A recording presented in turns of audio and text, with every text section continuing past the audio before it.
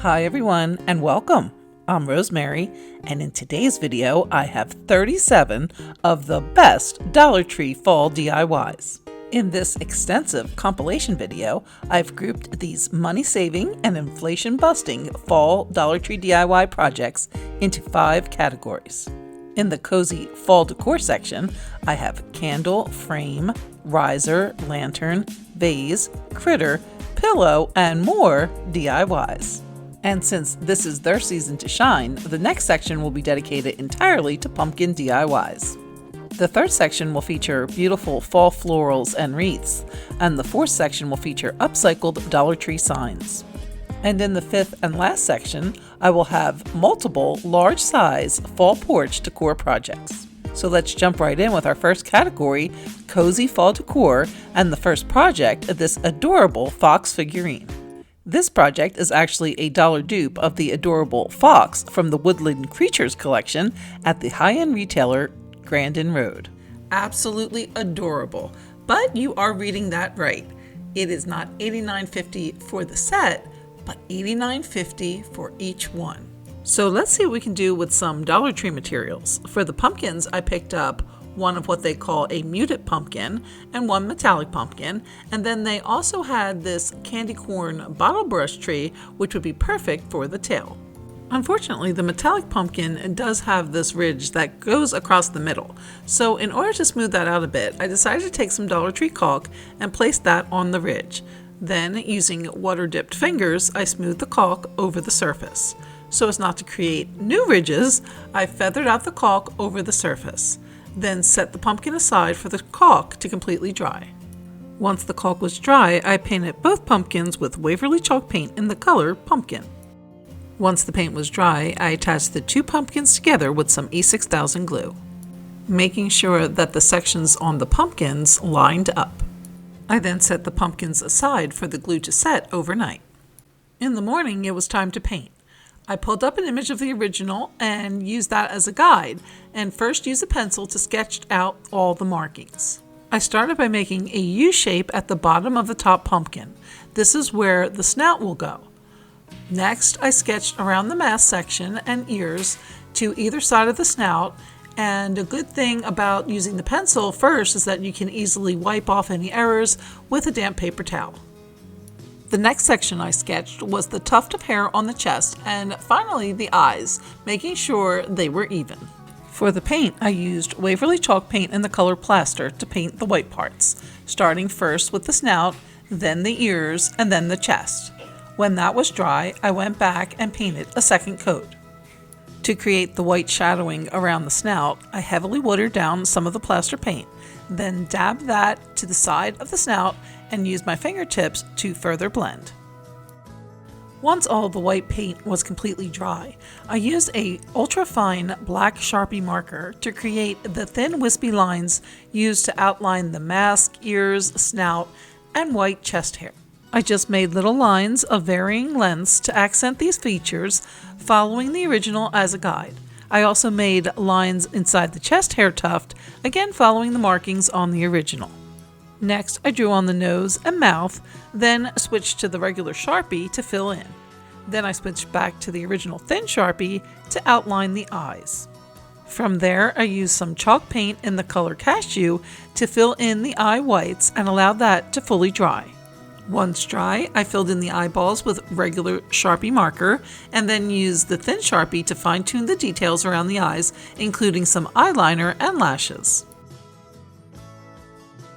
And then for that adorable bottle brush bushy tail, I just removed the tree from the base and inserted the end into the pumpkin. I did need to use a little E6000 on the end, as well as on the bristles, to have it stay in place. I then used a rubber band to secure until the glue was completely set. And then here's that little rascal scampering through the multicolored leaves. So cute! And then here he is next to the original, and okay, theirs is cuter. Mine's does look a little menacing, but I think if I went a little rounder on the mask above the eyes and not so angular, it would definitely cuten him up a bit. But even as it stands now, I don't know that theirs is $85 cuter. Just saying.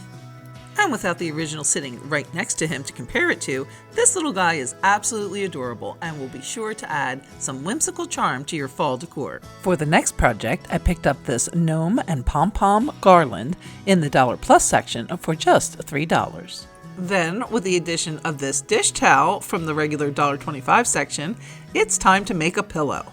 Now, if you've seen my pillow videos in the past, you know I'm a big fan of stitch witchery, which you can pick up at Walmart, Target, craft stores, etc. for about $1.50 a roll.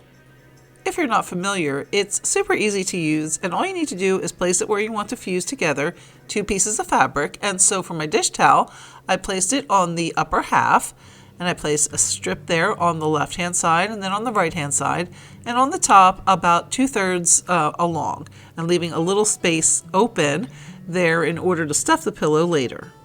Next, I folded the towel in half and lined up the edges, making sure that the stitch witchery strips are still in place. Then I took a damp washcloth and placed it over a section that I want to mend. And I took the iron, which I have set to high, and placed that on top of the washcloth, pressing down for about 30 seconds, and then I repeated that process all the way around the pillow, sealing all of the seams. Once all the edges were done, I went through the opening and turned the pillowcase right side out, pulling out the corners and straightening the edges. Next, I wanted to attach the gnomes, and since the plan was to again use the stitch witchery to attach, I first needed to remove the stuffing from the hats. So I used a utility knife to cut the stitching in the back of the hat, then removed the fill and gently pulled the hat from the twine. Next, I arranged some of the stitch witchery in a triangle form where I planned to place my first gnome and laid the hat on top.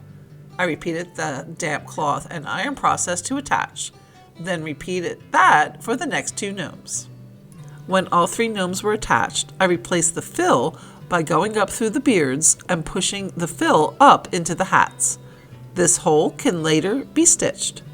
At this stage, it's time to attach the pom-poms to the sides. I used a good old needle and thread to do that, running the needle through the pillow edge and then the pom-pom multiple times. I arranged and attached 4 more pom-poms to the one side, then repeated the same pattern on the opposite side. From here, I'll stuff the pillow, and I have what seems like a never-ending stash of fill, as I like to harvest it from old comforters and pillows along the way. But you can also get cheap fill from inexpensive pillows from places like Dollar General and Walmart. And finally, I'll just use more of the Stitch Witch to seal up the end. And then, oh my goodness, these are so cute. A trio of adorable gnomes to cozy up your sofa, a bench, or your bed through the fall season. For the next project, I have another dollar dupe of a papier-mâché gourd from the high-end retailer Olive Atelier. Several years ago, when I was duping Restoration Hardware's papier-mâché bowl, I came up with a fab-tax method of doing papier-mâché. Instead of going through the whole traditional process of making a papier-mâché base and then using a grease bowl as a mold, I figured, why not simply just keep the bowl in place and just glue the paper directly to it? Made sense to me, especially since I was using a Dollar Tree bowl, and it did make the whole process so much easier. So I'm going to employ the same method for the Olive Atelier gourd. To make the gourd shape, I glued 3 pieces together. This is the lid from a Dollar Tree spackle container, but you can use any lid that fits. I also used one of the globe vases from the floral section and one of the dessert glasses that come in a pack of 3 from the kitchen section. I glued the 3 pieces together with E6000 and then set them aside until the glue was completely set. I like to be extra sure, so I typically let the glue set up overnight. And then here's what the shape looks like once it's all together, and as always, I wash the surface and wipe with vinegar to ensure all oils and residues are gone. For the papier-mâché, I took Dollar Tree toilet paper and separated the plies. Then placed the squares on top of each other and removed the edges so as not to get any sharp lines once the sheets are applied. Next, I took some Elmer's glue and diluted it with water to get a thinned consistency. The idea is to have enough water so that the paper breaks down, but also enough glue so that it sticks to the surface of the glass. From there, I pat the paper pieces into the glue, then gently dab the surface with more of the glue mixture. I found it easier to hold the neck of the gourd while I did the globe base, and once the base was covered in that first layer of paper, I placed it on a small terracotta pot so that the bottom would not stick to my work surface, and then applied the glue and layered the paper onto the neck of the gourd. Once the entire gourd was covered in that first layer of paper, I began applying a second layer of paper to the still wet surface, again covering the entire gourd with the pieces of paper. To make the lip around the top of the gourd, I took a strip of toilet paper and rolled it up, then applied some glue mix to the top and pressed the rolled paper into it, applying some more glue mix to further shape and secure the ring. But then at this juncture, I really wasn't happy with the texture. The thin crepey finish was a good match for the finish on the Restoration Hardware bowl, but in taking another look at the Olive Atelier paper mache pieces, they tend to be more of a plump, pulpy finish, so I decided to plump things up a bit by doing the same process, but this time using pieces of paper towel. I again separated the plies, but since this is a thicker paper, I worked with smaller pieces to ensure proper adhesion as well as breakdown of the fibers. I applied the pieces in the same way, adding a little glue mix to the surface, then patting a piece of the paper towel on top and adding more glue mix on top of that. And then once all of the paper towel pieces were applied, I set the piece aside to dry. Once dry, I painted the gourd with a coat of Waverly chalk paint in the color Plaster. And then once that was dry, I diluted some ivory chalk paint with a little water and then sponged that on sporadically, dabbing with wet paper towel to blend. The two paint colors are very similar, but even just that subtle difference lends some dimension to the finish. But then that fresh paint seemed a little too shiny and new, so to give it more of an aged vintage finish, I decided to give it a tea stain by dabbing the surface with tea and using the tea bag as an applicator, then blending with my fingers to make the perfect finish for this vintage paper mache gourd. And then here you go, a pretty little paper mache style gourd, perfect as it is on a shelf or table, or add a few stems to add a little color or seasonal flair. Up next is the first of our candle holder projects. So let's start with this fabulous piece I found in the candle section in the $1.25 area. It is a much larger piece than most items usually found in this area, so it's a great value and it pairs perfectly with this glass container usually found either in the candle or glassware section. The only issue is the paint finish on the leaves. The copper is overly shiny and the black accenting is haphazardly slapped on, which immediately gives away its inexpensive price tag. However, there is a quick and easy way to instantly give this piece a whole new look. Just add a little antique wax. You can pick up these small bottles at Walmart for about $1.70 and a little goes a long way. You just want to apply a thin streaky coat over the leaves and voila!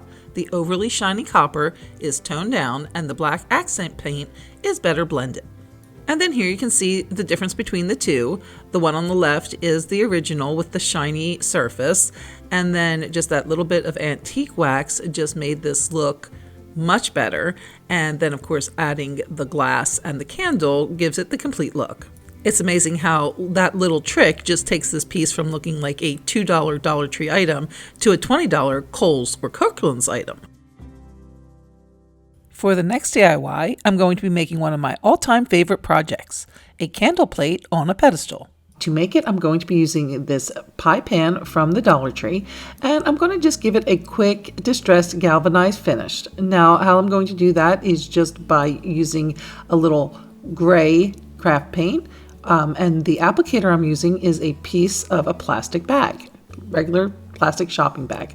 And so first I'll just go over with a darker shade gray, and then I'll go back with a lighter shade gray. And as you can see, it does do a pretty nice job of giving you a nice distressed galvanized finish. To create the stand, I'm going to be using a margarita glass from the Dollar Tree as well as a Dollar Tree votive holder. And I'm going to just E6000 the two pieces together. And then I'm going to use some of this spackle paint in a combination of 1/3 spackle to 2/3 of just regular craft paint. And then I'll mix it up till it's nice and smooth. And then before painting, I will prep the surface with some vinegar, just wiping it down, and then go ahead and apply the paint.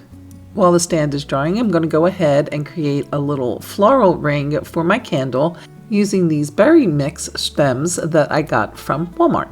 And I'm going to just go all the way around the foam, putting the little cuttings of the sprigs in, and then I'm going to just glue that right to the bottom of my tray. And I'll just put on a candle to make sure that it holds in place. Plus, I'm going to actually use the lid in this craft and add some glue to the top of the foam, and then just place the lid on top of that, and then that'll create a nice level surface for my candle to sit on. Now here is my pedestal after it's been painted. Now I did paint this 3 times with that paint, but you can see where it creates a really great stand. And then I'll just put a little E6000 glue on the top of the pedestal and add my pie pan. And then here you can see the finished project. I did go ahead and add some berries to give it an extra fall festive touch. But the beauty of this piece is that you can easily change out the orange berries for other accents to match the season or holiday throughout the year. The next DIY is an oldie but a goodie, a Dollar Tree DIY lantern, which is actually a dupe of similar lanterns found at Pottery Barn. This quick and easy Dollar Tree version uses 2 shadow boxes as well as 4 Dollar Tree plungers, and also a Dollar Tree shower curtain ring as well. To remove the handle from the plunger, all you need to do is simply unscrew it from the head. First, I'm going to just remove the hanger from the back of the shadow box with a screwdriver, and then I'm going to take some sandpaper and remove some of that glitter from the front. Then I'm going to use some Dollar Tree dice and glue those to the bottom 4 feet. Then I'm going to take some E6000 glue and place it there at the bottom of the handle. Also, I'm going to do a strip along the side, and then I'm going to top that strip of E6000 with a strip of hot glue on top of that. And then I'm going to place that in my base and hold it in place until that hot glue sets up. For the lid, I'm going to take my plunger top and just add that to the shadow box, and then I'm going to use one of these shower curtain clips. I'll just cut off that middle piece with a wire cutter, and then I can glue that to the top to create a ring. Once the glue is set, I painted the entire piece with black chalk paint. And then here is the finished project. The taller one to the left was made with the Dollar Tree plunger handles. This shorter one to the right was made with dowels that I purchased at Walmart, and those come at 3 to a pack for $1.88. And here you can see it in different variations here with pumpkins, and then when we want to go into Halloween, a couple of skulls will do the trick. And then here is a variation painted in white, and it does have some different toppers there, and you can see all those different varieties in the original video, which I will link below. If you watch my channel, you know I have a soft spot for encased vignettes, like under glass projects, or as is in the case with this next DIY, a metal cloche. To make, I use one of these Dollar Tree candlesticks, as well as one of the larger magnetic containers. So then, you know, there's ones that come like 2 to a pack. This is the one that's just 1 for $1. And then it has a little magnet on the back. I just pulled that off. And then I'm going to add some E6000 glue to the top of the candlestick and add my magnetic container on the top. And then I spray painted both pieces with some black chalk paint. And then here is our surprise material. It is a gutter strainer. You can get these at Home Depot and Lowe's. They cost about $2.88, but they literally make the perfect material to create a little wire cloche. And better still, they are just the right size to fit into that Dollar Tree metal container. So I'm just going to paint that with some ivory chalk paint. Then I want to do a little distressing with some brown chalk paint. And so I'm just going to use a little dry brush and kind of go around the cage along the outside, giving it a chipped paint look. And then after I got it good and distressed with the chalk paint, I'm going to do a little trick my friend Teresa from Our Green Acres taught me, and that is to go over with a combination of some Mod Podge and actual cinnamon, and just use that combination to create a great rusted effect. And then as you can see with this combo, you not only get the color of the cinnamon, creating that rust color, but also the texture of what it would look like if it was actually rusted. Next, I'm going to take some floral foam. I'm going to cut it down so that it fits my container. And then I'm just going to take some hot glue and place it there on top so that I can add my floral moss, and that will keep it in place. Next, I want to add these orange flowers that I purchased from the Dollar Tree. And I want to cut the stems down to about 3 inches long. I'm also going to use these grassy stems, which I will also cut to about 3 inches long. And then I'll just add my orange flowers to the middle of the container, and then I'll surround them on the outside with the green stems. Next, I'm going to cut the green stems down a little bit so that they will fit inside the container. To make the arrangement a little bit fuller, I'm going to go ahead and hot glue those cut stems back in at the bottom of the arrangement. Then I can just add my wire cage on top, pressing it down into the foam to secure it. And then I can just cut off any stray pieces that are sticking out of the cage. For the finishing touch, I'm going to take one of these little mini pumpkins and add some hot glue to the bottom and create a little finial on the top. But wait, I have yet another finishing touch. I want to add a little piece of gingham ribbon to the bottom. And so what I'm going to do is just cut a piece to fit and then go back with some hot glue and secure it in place. Then I took another piece of ribbon and just made a cute little bow to attach to the front. I'm telling you, this one is definitely my favorite. And it makes the perfect addition to any mantle or tabletop, in a hutch. So many applications. It just looks so cute and brings a great festive touch. Up next is the first of the fall photo frames, this fun and festive reversible fall and Halloween frame. To make, I took 2 of these Dollar Tree pumpkin signs. These are the ones that have the little stand on the bottom. And what I want to do here is just remove that kind of burlappy top of the pumpkin, and it just kind of peels right off. I'm going to use that little wooden pumpkin at the bottom in another project, but this one I'm going to just peel off the top, and then I can use the utility knife to just cut along the bottom and remove that from the front of the pumpkin. And I'll do the same on the other pumpkin as well. And then I'm going to just sand the front of this pumpkin to remove some of that excess adhesive that is still on the surface. Next, I'm going to choose a selection of scrapbook paper that is going to be both for the Halloween sides as well as the just regular autumn or fall sides. To trace the shape as well as glue the paper onto the surface of the pumpkin, I'm going to need to use a book or something to raise the pumpkin off the surface because of that stand at the bottom.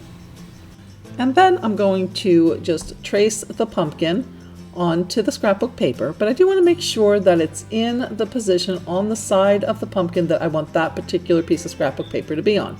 So you see here where I now want this scrap paper, so I flip the pumpkin around because it will of course take the shape of the pumpkin and it'll be the reverse. So you just need to be making sure that you have the right scrapbook paper and then on the right side, and then cut those shapes out. And then I'm going to use some Mod Podge to attach the cutout to the surface of my pumpkin. And when I do my Mod Podge, I always do it in a very thin and even layer. I also like, especially with these larger pieces like this, to avoid any gapping or welting of the paper. You want to make sure that the Mod Podge is again very thin and even, and then also that it's actually a little bit dry. That's the way I find it works best for applying especially larger sheets of Mod Podge. And so I kind of take my time making sure that it's nice and thin and even, and then I even kind of spin it around a little bit, blow it, kind of make it sure that it's not completely dry but still just a little bit tacky, and then I find that it really does give a great finish to the piece. And then once all of those initial coats are completely dry, I go back with a top coat of my Mod Podge. Next, I am going to add the pictures to a little piece of contrasting scrapbook paper just to give it a little bit extra flair. For the Halloween signs, I did pick up these great bat glitter clips. So I'm going to just use some E6000 to attach those to the tops of the pumpkins, and then I can clip my photos right on after that. And then I'm going to just add a little extra decoration with these stems from the Dollar Tree in this great purple shade. And then as well, I will add a couple of Dollar Tree stickers to the bottom to finish it off. And then just paint the stem with some brown chalk paint. On the fall side, I used some Dollar Tree magnetic clips that I just painted brown, and then I'm also painting the stem brown as well. And then here we see the finished project. First, there it is on the fall side, but then it can easily transition into the Halloween side to display some of your favorite holiday photos. Up next, I have a quick and easy hack to transform a simple Dollar Tree frame into a fall treasure. I simply took this wood look frame, then arranged and glued on these laser cut leaves that come 6 to a pack, so you only need 1 pack of leaves for this design. You could paint the leaves in pretty fall colors, but I decided to leave mine as is to fit the neutral theme of this video. Then just add a favorite fall pick and you have a seasonal frame, which typically costs upwards of $15 in stores like Kohl's or Kirkland's. Moving on now to help with your holiday entertaining this fall, I have an aged wood riser, which is actually a dupe of the very popular risers sold at Olive Atelier. To make a dollar dupe version, I picked up 2 $3 wood rounds from the Dollar Plus section and then removed the metal hangers from the back. Next, using wood glue, I glued the 2 pieces back to back and then secured with clamps to make sure the pieces were tightly held. I also glued together 4 sets of Dollar Tree Jenga blocks and then set all the pieces aside for the glue to fully dry. Once ready, I began distressing the surface of the wood. I took a screwdriver and first made several deep lines in the wood. I went over the lines multiple times to deepen. These deeper lines are going to mimic the cracks that occur naturally over time in aged and weathered wood. In addition to these deep lines, I also made multiple more shallow lines. These shallow lines are going to mimic more of a natural wood grain. Next, I wanted to flatten and distress the beveled edge of the Dollar Tree wood round. So I again used the screwdriver to flatten and scrape up the beveling. Lastly, I wanted to create more of an uneven surface to the top. So I again took the screwdriver, and this time I used the whole tip instead of just that pointy edge to scrape up the top of the wood. Once I was happy with the markings, I took some sandpaper and sanded the surface to remove any jagged pieces, folding the paper to get into those deeper lines. I then took a toothbrush to brush the sawdust from the surface and the cracks. Next, I used the sawdust to make some homemade wood putty by mixing it with wood glue. I then used the putty to fill in the gaps between the 2 rounds to make one cohesive piece. The little pieces of wood scraps in the putty also add to the distressed surface. After the putty was applied, I used wood glue to attach the sets of Jenga blocks to the bottom of the riser. For the accent paint, I started by creating a stain by diluting some of the mineral-colored chalk paint with water, and then brushed it onto the surface of the wood, making sure to get into cracks along the sides and on the feet. For the next paint color, I used sandstone, and again diluted it with water, then applied it to the surface in swatches, then went back with a damp paper towel to blend it into the mineral color. The next color I used was hazelnut, which I also diluted with water and also mixed in some of that mineral to grade down the color a bit. I then added the hazelnut mix to the riser, concentrating it around the edges and sides with a few splotches in the middle. Then again blot it and blend it with the wet paper towel. I really wanted to accentuate the deep creases, so using a thin paintbrush, I painted them with truffle color paint. Then I used the damp paper towel to blend the paint that got onto the surface. For the shallow lines, I again used the truffle colored paint, but this time I diluted it with water and then dabbed it on along the shallow lines, wiping and blending with the damp towel. To create the dark spots around the edge, I mixed some black chalk paint with the truffle paint and then used a dry brush to paint it onto the raised surfaces created by the wood shavings that were in the putty. And then again used a wet towel to blend and soften the lines. And then here's the finished project, looking nicely aged and worn. Would you believe its pieces were on the shelves at Dollar Tree just last week?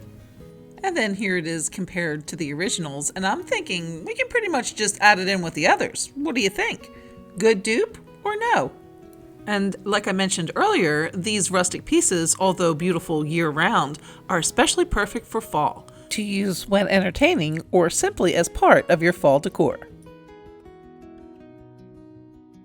Another cute and functional piece is this metallic acorn riser I made using Dollar Tree bamboo cutting boards and these adorable wood pieces. They have two sets. Now this one I think can either be apples or pumpkins depending on how you paint them, and also these little acorns.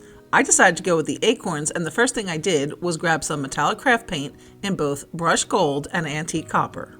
First, I painted the acorn tops with the brushed gold. I painted all of the tops and then set them aside to dry, as I needed to hold on to that part to paint the bottoms. Once dry, I painted the bottoms with the aged copper paint. And then once the base colors were dry, I painted the copper part with antique wax and then set that aside to dry. Then I used antique wax on the gold tops. I'll be using these painted acorns as both feet for the riser and also a decorative accent on the top. To attach the feet, I simply glued the acorns onto the bottom of the board with some quick and thick Titebond glue. Then set that aside for that glue to fully set. Once ready, I took 2 more acorns and arranged them on the top corner of the board, gluing them again with the Titebond glue. Since I wanted the third acorn to kind of be standing up, I again allowed the glue on the first 2 to fully dry. And then once they were fully set, I added some glue to the board, as well as the sides of the first 2 acorns, and set the third into place. And that's it, a cute little faux metal acorn riser or serving board, perfect for your holiday entertaining or for use in your fall decorating. And if you are liking that copper pumpkin on top or the decorative fall breadboard, these DIYs are coming up. But for now, I'd like to keep on the entertaining theme and show you how I made this sweet little canisters with tray, perfect for a fall coffee or cocoa bar. To make the tray, I'm going to take 3 of these thankful wall hangings, and I'm going to place them kind of front to back, and I could go front to back all the way across for all 3, and that will keep the nice gingham pattern on top, and I can just go ahead and glue them all together that way. However, I do want it to be that thankful on the front and the back of the tray, because I do want to use this as a tray, and so I'm going to flip that one around. Now you can see how that's going to mess up the pattern there on the top, but you could either keep that as is or paint it if it bothers you. I'm going to actually just keep it as is, because when I sit the canisters on top, you can't even see where that pattern gets messed up. And then for the feet of the tray, I'm going to use these little tires from this little truck. I'm going to just pop them right off and then glue them to the bottom of the tray. Now, as for the canisters, I got these from the Dollar Tree, and I do want to distress that cap a little, so I'm going to remove the caps from the jars, and then I'm going to wipe those down with some of my white distilled vinegar to prep the metal surface for the paint, and then I'm going to just go ahead with some of my dark gray paint and just use a piece of a plastic bag to again just kind of go all around the surface with the splattered paint. For the labels, I'll be using these Dollar Tree labels, and I'm going to just hand write the names of the different mixes onto the labels with a Sharpie marker, and then I will just place those right onto the canisters. Then I'm going to take my lids and I'm going to add these great little ceramic figurines in these different colored apples to the tops of the jars. And then once the glue is dry, I'm going to take 3 or 4 strands of the Dollar Tree twine, and I'm going to just piece those together, wrap them around the base of the apple where it is now attached to the jar, and just wrap it a couple times and tie a cute little bow. And then you can see how this trio on the thankful tray makes such a lovely addition to your fall decor and a fun and functional addition to any fall coffee or cocoa bar.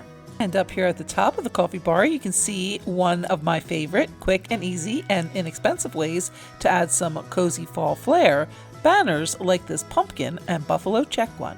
I'm going to start by taking this Dollar Tree Family, Friends, and Football wall hanging and removing the pumpkins. Next, I'm going to take this buffalo check scrapbook paper from Hobby Lobby and count 3 lines up and then cut there. Next, I'm going to take a pencil and I'm going to mark right at the midpoint of that middle line. Then I'm going to take a ruler and angle it from that midpoint to the left-hand corner of that black box at the top of the paper. Then I'm going to again take my ruler, angling it again from the midpoint, now to the upper right-hand corner of that second black box in from the end of the paper. Then I'll take the ruler from that point and angle it to the corner of the page. And then just finishing up on the opposite side, I'm going to take my ruler from that point on the left-hand side of that upper box to the corner of the page and just mark a line there, and then I can cut out all of my pennants. To add a little weight as well as a metal accent, I'm going to distress yet another one of these Dollar Tree pans with some gray paint, and then I'm going to add some Mod Podge to that pan and then just place my cutout pennants on top. Once that first layer is dry, I'll go in and add some more Mod Podge on top. And then once that is dry, my pennants are ready to cut out. I'm going to just cut them, leaving a little border of the metal all the way around. Now, I just love using these pans to craft, and as you'll see, the next several DIYs use these pans.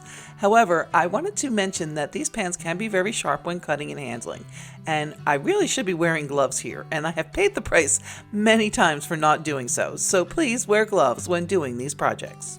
As for the pumpkins, I painted them with Waverly chalk paint in pumpkin, and now I'm going to just accent them with some Waverly chalk paint in truffle. I'm going to paint on some brown stems as well as do some accenting around the edge of the pumpkin, and then also make the pumpkin kind of crease lines there along the sides and in the middle, again using the truffle paint. Next, I'm going to cut some foot-long pieces of twine, and I'm going to use these. I'm going to fold them in half and use them to attach my pennant to the rope, and I'll just glue those to the back of each pennant with some hot glue. And I will do the same for the back of the pumpkins as well. Next, I'm going to attach both the pumpkins and the pennant to some nautical Dollar Tree rope. To finish the banner off, I just wanted to make a couple of tassels for each end. And I'm going to do that by just wrapping some twine around an old gift card.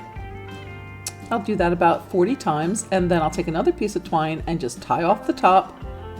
Then I'm going to just slide it off the card and take another small piece of twine and wrap that around the top third or so of the tassel and just cut the bottoms off to create a nice little tassel that I will attach to the end of the banner.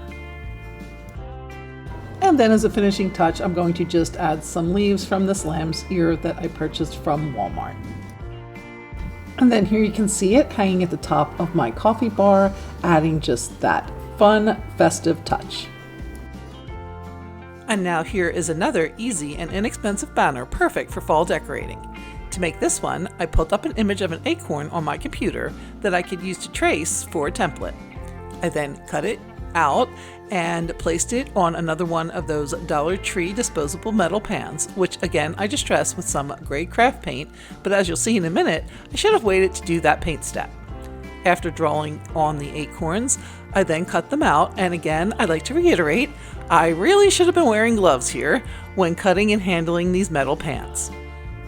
Once cut, I used a pencil to freehand the scallop top of the acorn, and then I used a gift card to flatten out the bumpy parts under the top. And this is where I realized my error regarding the paint, since the scraping to remove the bumps also removed the paint. So I'll need to touch that up in a minute, but once I scrape the front, I also scrape the back to help straighten out the metal, which tends to curve around when scraping. Then, before going on to the next step, I did retouch the paint on the acorns. Next, I took the cap of a spray paint can and used that as a template to draw circles on pages of an old book. I then cut those out and used some Mod Podge to attach those to the acorns. While that was drying, I took some burnt umber craft paint and used that to accent first around the edges. This will also help to dull those edges so that they're not as sharp when handling. And I also used it to outline and accent the top of the acorn. Next, I took some Dollar Tree stickers, spelled out the word blessed, and attached those to the center of the print circles. To further accent, I took a black Sharpie marker and added a dashed line along the edge of the circle. Although not shown, I did paint each acorn with a top coat of Mod Podge to seal all the pieces together. While those dried, I took some of these Dollar Tree burlap leaves and painted them with Mod Podge, and then placed them painted side down on another book page, and then added some more Mod Podge on top. Once dry, I cut the leaves out, leaving a thin edge of the book print. Next, I again took the burnt umber paint and used it to accent around the edges and also create some veining on the leaves. I also wanted to use these decorative twine balls I picked up from the floral section, and to hang them from the banner, I threaded pieces of twine through the middle. I then used a piece of jute rope, also from the Dollar Tree, and attached the acorns measuring about 7 inches in between, and then attached one of the twine balls in between. I then attached 2 of the print-edged leaves to each side, and here you can see the finished project, a beautifully neutral tones addition to any mantle, doorway, hutch, or other area needing a little festive fall flair. And moving on now to our next category, a fall favorite, pumpkins, for a variety of DIY decorative pumpkins using Dollar Tree materials. And for our first pumpkin, I'll again be using the metal cookie sheets along with 4 toilet paper rolls, and I'm going to cut the sheets into rectangles to wrap the rolls. Now before I do that, I do want to remove some of these bumpy bits here, and I'm going to do that just with an old gift card and just kind of take out the bumps by going over with the card, and that makes it nice and smooth. Also gives it a nice rounded shape. That helps with the rolling. I'm going to add some Mod Podge to the roll and then just take it all the way around, securing the metal in place around the roll. I'm also going to add a little hot glue there to the end to make sure that it stays nice and secure. To finish off the top, we're going to use that same method of applying some hot glue to the top and then putting a piece of the metal on top of that, and then cutting around to create a cap for the roll. Once each roll has a cap, I will glue the 4 rolls together using hot glue. Next, I want to give the metal a little aged finish, and so I'm going to use both a dark and light gray to do that, and my favorite applicator, a little plastic bag. And so I'm going to just go with the dark shade first and just kind of pounce it all the way around the metal, just creating a nice base coat for my pumpkin. Next, I'll take the light gray and do the same, just kind of pouncing it all around, creating those dimensions in the finish of the pumpkin. For added age appeal, I'm going to take some craft paint in the color Burnt Umber and just give that a little dry brush around the edges and corners and just try to get in there and make it look like it would if it was rusted. Next, I'm going to make a metal ribbon and stem, and this part needs some splaining. So what I want to do is take my metal pan and I want to count 2 of those kind of little rows over and cut a strip. But I'm going to stop about 2 inches from the top. And then I'm going to go back down to the bottom, count 2 rows over, and cut another strip, again stopping about 2 inches from the top. Now I'm going to go back over to the side and cut that first strip off.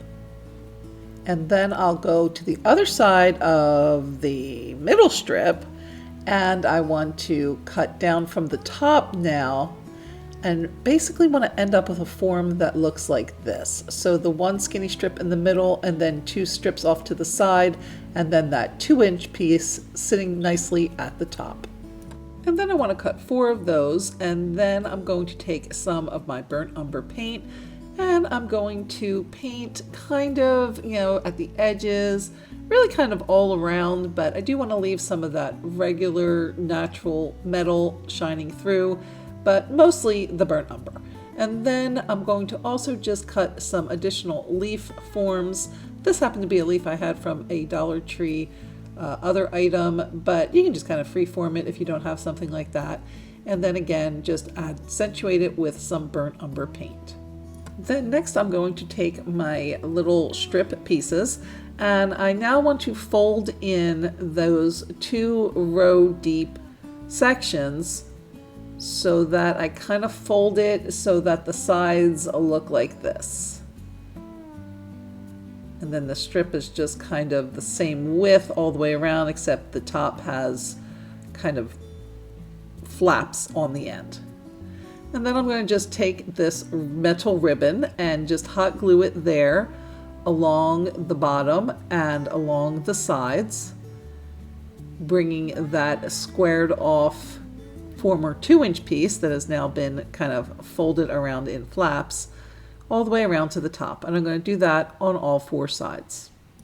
And now I can just bring those flaps all together at the top, kind of folding them one in on the other to create my stem.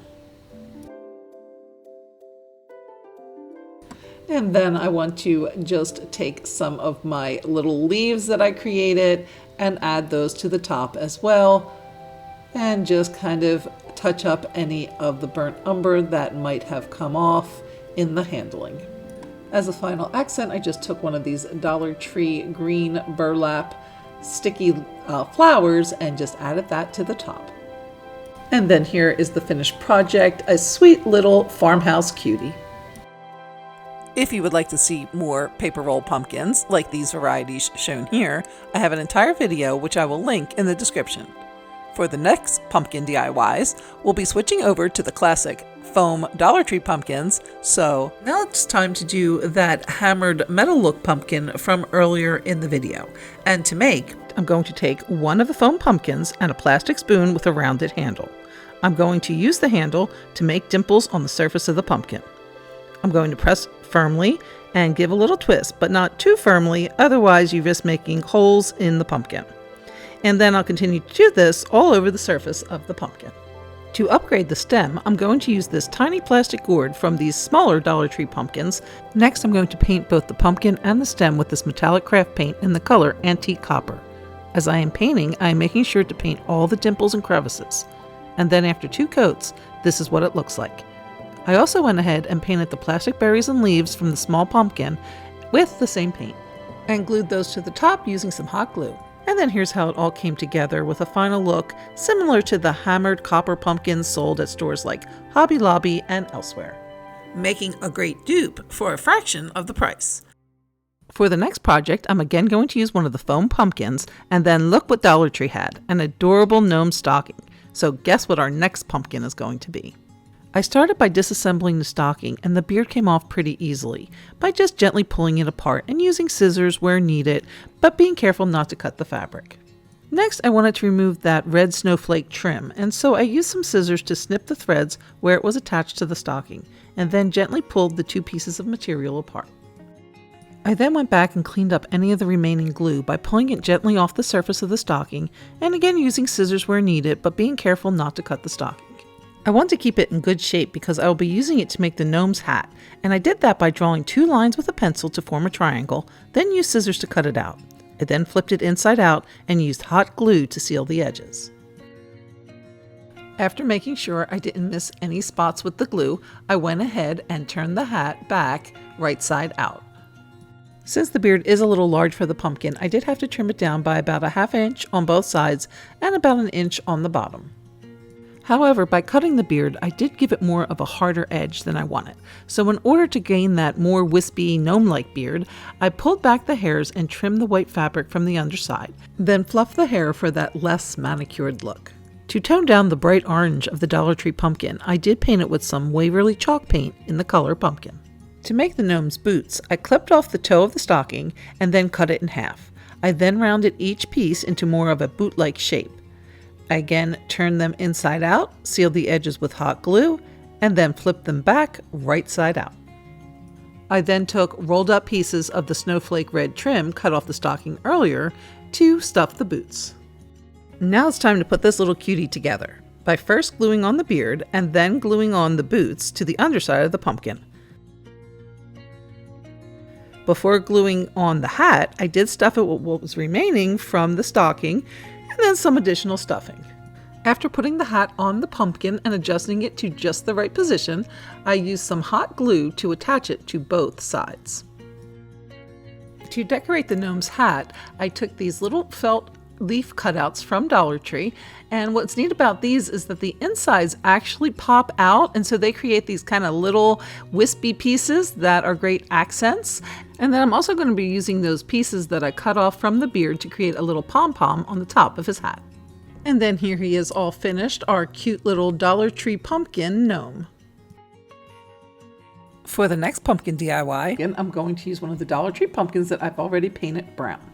And then I'm going to take some of this Dollar Tree burlap ribbon and I'm going to cut it into strips and then just glue those strips all the way around the pumpkin.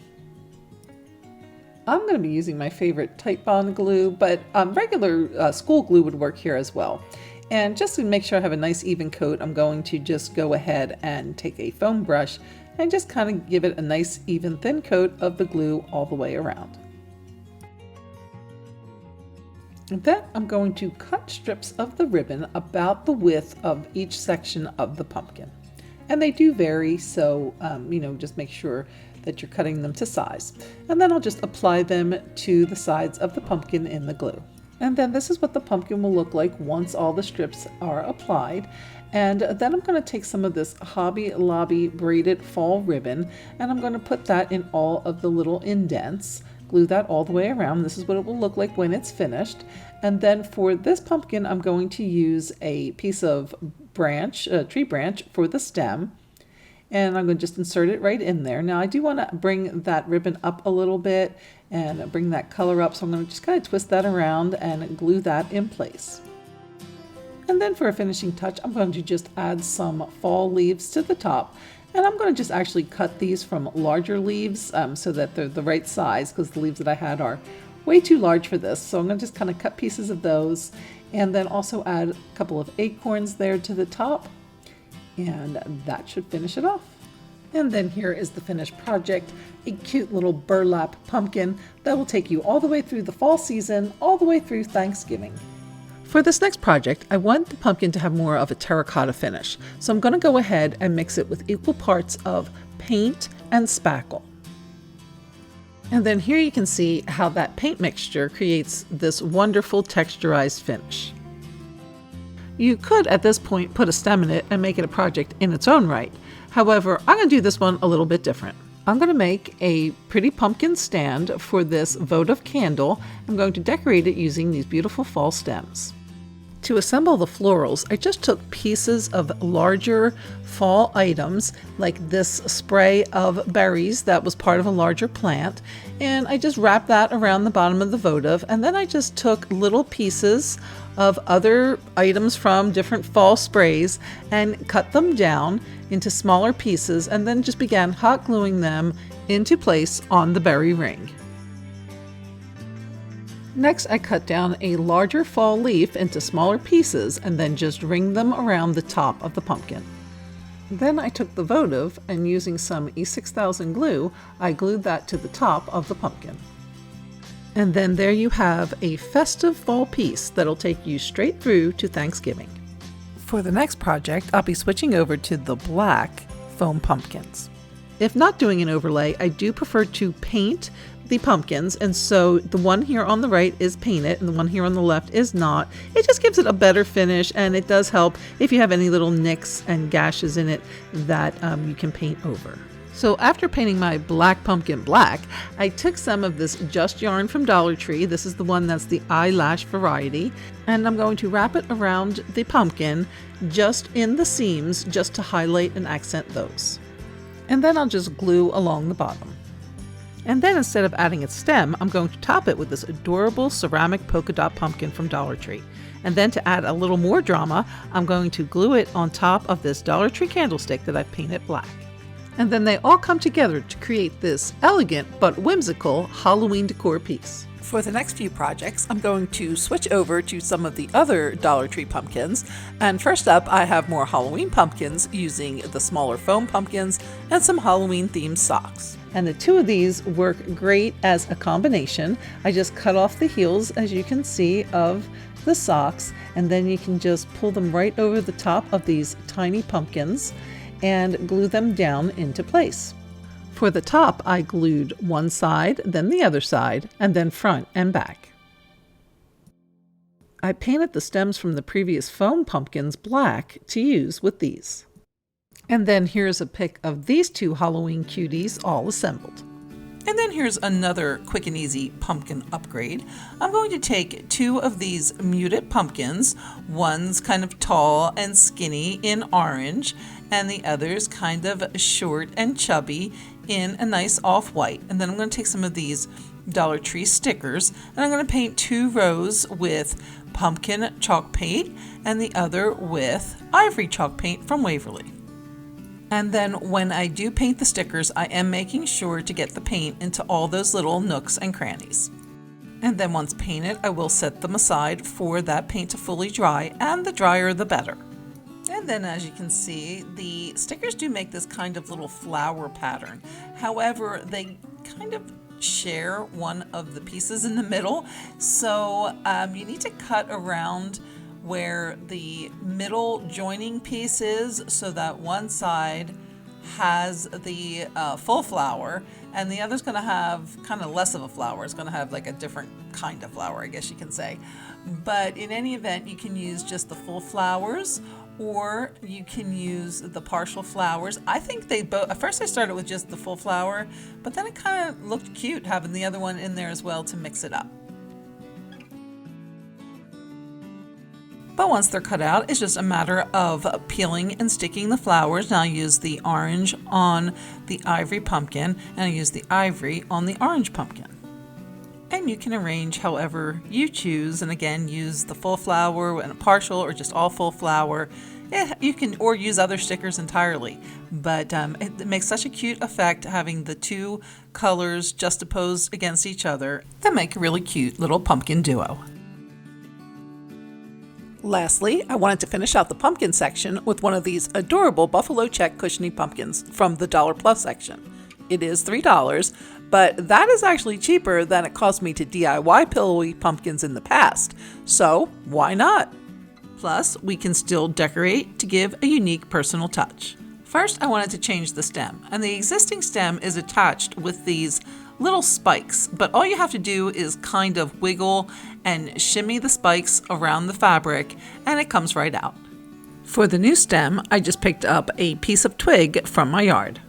But then I like this chunkier one, so I replaced it with this one. Also at Dollar Tree, but in the $1.25 section, I found these awesome faux leather embossed tags that say thankful and blessed. I did have to shorten the length a little bit so it fit better, but it made the perfect addition to zhuzh up my pumpkin. From there, I went through my stash and found odd pieces of leaves and berries, then arranged and secured them together with floral tape. I made two, then hot glued them to each side of the stem. Then I took a raffia bow and glued it between the two stems to cover the tape. To add more fullness, I took two more raffia bows and glued them on top of the first. And that's it, some quick and easy upgrades to upcycle a Dollar Tree pumpkin into something looking like it came from a boutique or a catalog. And now let's move on to the next section, Fall Florals and Wreaths, one of the most beautiful ways to decorate your home for the season. And I'd like to start with this arrangement in a little DIY wooden caddy. And I'm going to do that with 2 of these shadow boxes from the Dollar Tree. Now these 2 are from last Christmas, but any 2 will do. And then I'm going to just take some wood glue, or my favorite here, the Type Bond glue, and place some glue in between 2 of the pieces and then clamp those 2 together. And I'll set those aside to dry. I'm also going to be using 2 of these Dollar Tree wood paddles, as well as 2 packs of the large paint sticks from Lowe's. And then I'll also need my little miter box and Dollar Tree saw. And all I'm going to do is take my paint sticks and I'm going to actually measure those on the box. These boxes are all different sizes, so I can't really give like a size that I need it to cut. I'm just going to go ahead and lay the stick alongside where I want the piece and then mark it off, and then just use my miter box and saw to cut. And then I'll just go back with some of my Type Bond glue and add the 2 short pieces first, and then I'll take another paint stick and again measure out where I need to cut by placing it right on the box, and then just mark that spot and cut it with my miter saw. And then I'll go ahead and glue on my 2 long pieces and set the whole thing aside to dry.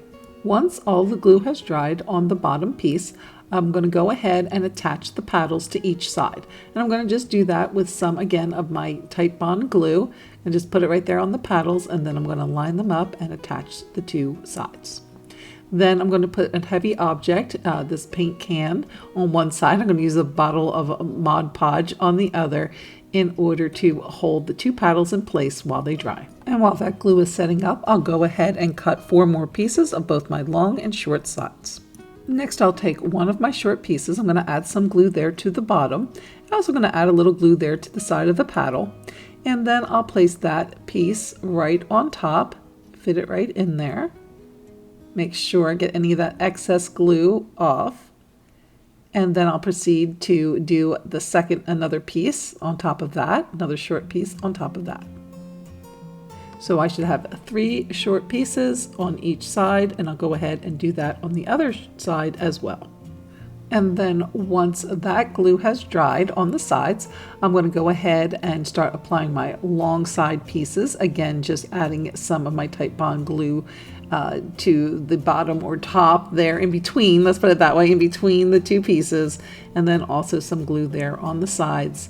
And I'll just do another 2 pieces to the front and another 2 pieces to the back, again just holding them in place with something heavy until that glue sets up. For the handle, I'm going to use one of these Dollar Tree skewers. Now I just cut the piece down. I couldn't use the dowel because it was a little bit short, but the skewer worked out just fine. And I'm going to then take some of these beads that I've had on hand for like forever and finally use them. And I'm just going to thread the beads onto the dowel or to the cut piece of skewer. And then I'm going to add some glue to the holes in the paddle. And then I'll place one end of the skewer through the one hole. Then I kind of have to push the skewer all the way in so that the beads will fit. And then the skewer kind of pops out the other end. Then I line the beads up and then I push the skewer back through so that it's holding on both ends of the poles. And then I'm again going to set everything aside to dry.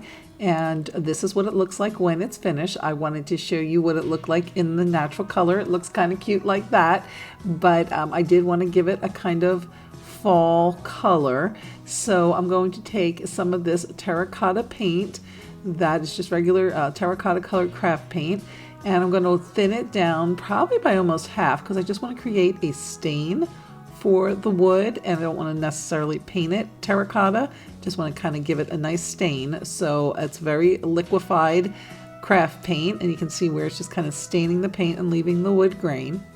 And I'm going to do that all over the box, including the beads and the little paddles on the side. And then here's what it looks like after I've painted the stain all over the box. And then I want to go back with some white chalk paint on a dry brush and just give it a little dry brush finish as well.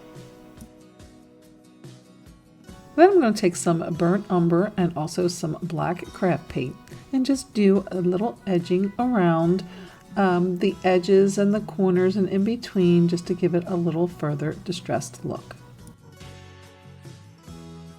I want to fill my little caddy with some pumpkins, and so what I'm going to do is take these Dollar Tree pumpkins and I'm going to remove the little flowers and beading, and I want to create that look that you see so often now at Kirkland's and Hobby Lobby, that kind of multicolored look. And all I'm going to do is take my little Dollar Tree pumpkin and do a little dry brush white chalk paint over the top.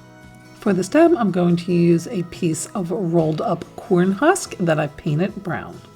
And then I'm going to fill my caddy with some of this garland that I got from Hobby Lobby. I'm going to kind of just have some pieces stick up and hang over the edges. And then I'm going to go ahead and get my pumpkins and fill those in on top. And then here you can see the finished project. So cute and festive. A great little rustic caddy to bring just that perfect farmhouse touch and a great cozy feel to your home for the fall season. For the next DIY, I'm going to need one of these Dollar Tree baskets, 2 of the Dollar Tree wood dowels, 2 of these Dollar Tree Shore Fresh containers, the round ones with the round tops, and then also a spatula. And then I'm going to paint all of those with some ultra matte black spray paint. Now I'm also going to use 4 of these little round containers from the Dollar Tree, and I'm just going to be using the lids, and I'm going to just snip off that little tab there on the edge. Now once all my pieces were painted, I just went ahead to go and assemble my little wagon, and all I'm going to do is drill a hole there in the center part. Now since these are plastic, you could use a glue gun to melt the center piece as well. Unfortunately, I couldn't find my box of drill bits, so I had to kind of make do with what I had and just kind of keep drilling around to make sure it was big enough for my dowel. Next, I'm going to take one of my dowels and I'm going to count 2 blocks in on the bottom of the basket and then just zip tie the dowel in place. I'm then going to repeat the process with another dowel on the other end of the basket. Next, I'm going to take my spatula and I'm going to place it on the side of the basket. Now you could do it either way, where you kind of place the handle outwards or you can place it inwards, depending on how much space you have. I'm going to go ahead and place the handle going outside. And then again, I just zip tied that into place. I kind of did it 2 zip ties at the bottom and then 1 in the middle center. Next, I'm going to be breaking out my shims again, and there are different types of shims. So the ones that we used for the pots, those were the 8-inch shims in the pine wood, and then they also sell those in a 12-inch as well for the pine. But my very favorite type of shim is the 15-inch cedar. This is the one I usually use the most for most of my projects, especially if I'm going for a rustic look. It has this great color, and then it also has like a nice rough texture to it. So all I'm going to do with these is I'm going to just use these to add the wood panels to my wagon. And I'm going to do that with some E6000 glue. And I'm just going to go ahead and place the glue on the basket where it's going to be holding the wood. And then I'll just place my 2 shims right there. I'm not cutting them or anything, just putting them right on there as is. Now I will have to kind of prop this up and let the glue dry before proceeding to the other sides. And then once I have both of the long sides on, I'm going to go ahead and just do that short side in the back. And this time I am going to cut the shims. But as you'll see, what's really another neat thing about the shims is that they're real easy to cut. So I'm just going to go ahead and measure right on the piece and then just cut it with a regular pair of scissors. Next, I'm going to just go ahead and pop my tires on. And to do that, I'll just put the black piece on first. And then I am going to add a little E6000 to the rim of my white lid before placing that on top. And then I'm going to repeat that for all 4 tires, and I'm going to just pop that black piece on first and then the white piece on top.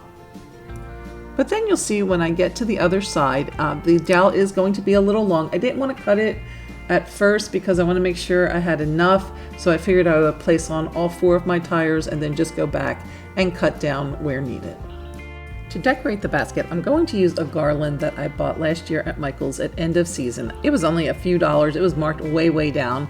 And all I'm doing is wrapping the garland up, and so that it's, to a size where it will fit into the back of the wagon. Then I'm going to use another piece from another garland that I also got at Michael's end of season last year, and just add that to the middle just to fill it in, and then some berries that I also got end of season, and then a couple of these pumpkins, and then another little sprig of berries just to finish it off. And there we go. And now here is the finished project. Quick and easy and cute as a button. Indoors, this festive little wagon makes a great centerpiece and also looks great paired with a floor plant or as decor around the fireplace. Outdoors, it's great to use by the front door or as porch decor, and remember, we have a whole section of porch decor coming up later in the video. For the next project, I'd like to take on another Grandin Road dupe, the Harvest Garden Urn. That actually, again, comes as two separate items, an urn filler and the urn, which is sold separately. The total for this look, $428. For the dollar dupe, I again picked up some stems at Dollar Tree, including a pack of mini pumpkins and gourds, green ferns, red maple leaves, and wheat. For the urn, I again hit up the thrift store, where I found this urn with preserved boxwood that had seen better days. It was a little better looking than this when I first picked it up for just a few dollars, but I've already harvested some of that amazing boxwood for other projects. So I proceeded to remove the rest and separate the foam ball from the urn. I'll use the stems and foam ball for a future project, and we could do a lot with this urn, but again, I decided to keep it simple and just paint it with a coat of antique wax. Wax will go on like a glaze, and also will allow for the original gray and white on the urn to come through, giving the piece a little dimension versus just painting it with a flat brown paint. For the foam, I use one of the Dollar Tree foam rounds, which comes 2 to a pack, and I'll glue that in for further stability, then top with some Dollar Tree moss. From here, I began placing the stems, starting with these long fern leaves, and I snipped each leaf off at the base and then created a pointed tip with my wire cutters. Then I bent and inserted them into the foam. I'll go around the edge of the urn with a row of these larger leaves, and then once that's done, I'll add the smaller leaves from the bunch in between. I'll repeat the process of creating a pointed edge, then insert the leaf into the foam. By adding the smaller stems in between, we'll create variation and dimension. And then here's what the urn looks like with the fern layer attached. Next, I added the pumpkin and gourd section. Since these pieces don't have stems, I needed to use wood skewers. Now, although I don't show it here, it would be a good idea to use glue on both ends of the skewer, both at the pumpkin and also when going into the foam. And I did use 2 separate bags here to create a grouping at the front and also at the back of the urn. And then here is what the urn with the pumpkins added looks like from the front, and then also from the side, where you can see a space where we are going to now put the next layer of stems. And those are going to be the wheat stems, and I took 4 of those and just inserted those directly on the top in the middle. And now here we see what it looks like with the addition of the wheat. And the last stems I'm going to use are these red maple leaves, and my intention was to use these along with some styrofoam balls to create little red cabbages like in the original. However, my urn is too small, so I decided to just use the red maples as is, cutting them down to size and then inserting along the sides in the sections created by the pumpkin and gourd groupings. And then that's it. This piece comes together quickly and easily and relatively inexpensively, giving a wowza look for a wowza price. That is, I can't believe how cheap it is. And then here it is next to the original, and the original is a more substantial piece. However, this dupe also has some substantial presence, and for a fraction of the price. Up next, we have a pretty monogram wreath to make. I'm going to use a Dollar Tree wire form, and I'm going to just clip off the outer ring using some wire cutters. Next, I'm going to take some brown raffia that I got from the Dollar Tree. It does come in this 3-pack. That is a multicolored pack, but I'm going to just be using the brown raffia. I'm going to tie it on there to one part of the form and then just begin wrapping the entire form with the raffia until I get to the end there, and I'll just wrap it around and secure it with some hot glue. Next, I'm going to take some Dollar Tree florals, including this green grass stem, and then also some hydrangea in this beautiful, nice orange color, and then also this cream colored hop bush. And so I got 2 of each of those stems. I'm also going to be using some Dollar Tree ribbon for my bow. And then this letter that I purchased from Walmart for, I believe it was about $1.68. And then I'll be covering that with this piece of Hobby Lobby scrapbook paper. To do that, I'm going to just trace the letter with a pencil. And then I'll just proceed to cut it out from there. Next, I'm going to paint the letter with some black chalk paint. Once that's dry, I'll take some Mod Podge and give the letter a nice, thin, and even coat of the Mod Podge. From there, I want to make sure maybe it's a little bit dry, not completely, just a little bit tacky, and then I'll proceed to add my cutout letter to the wooden letter.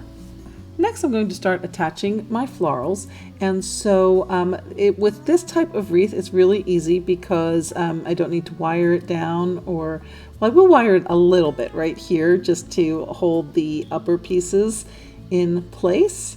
Just give a little piece of wire there, and then this way it'll just hold the top of the stem in place as well.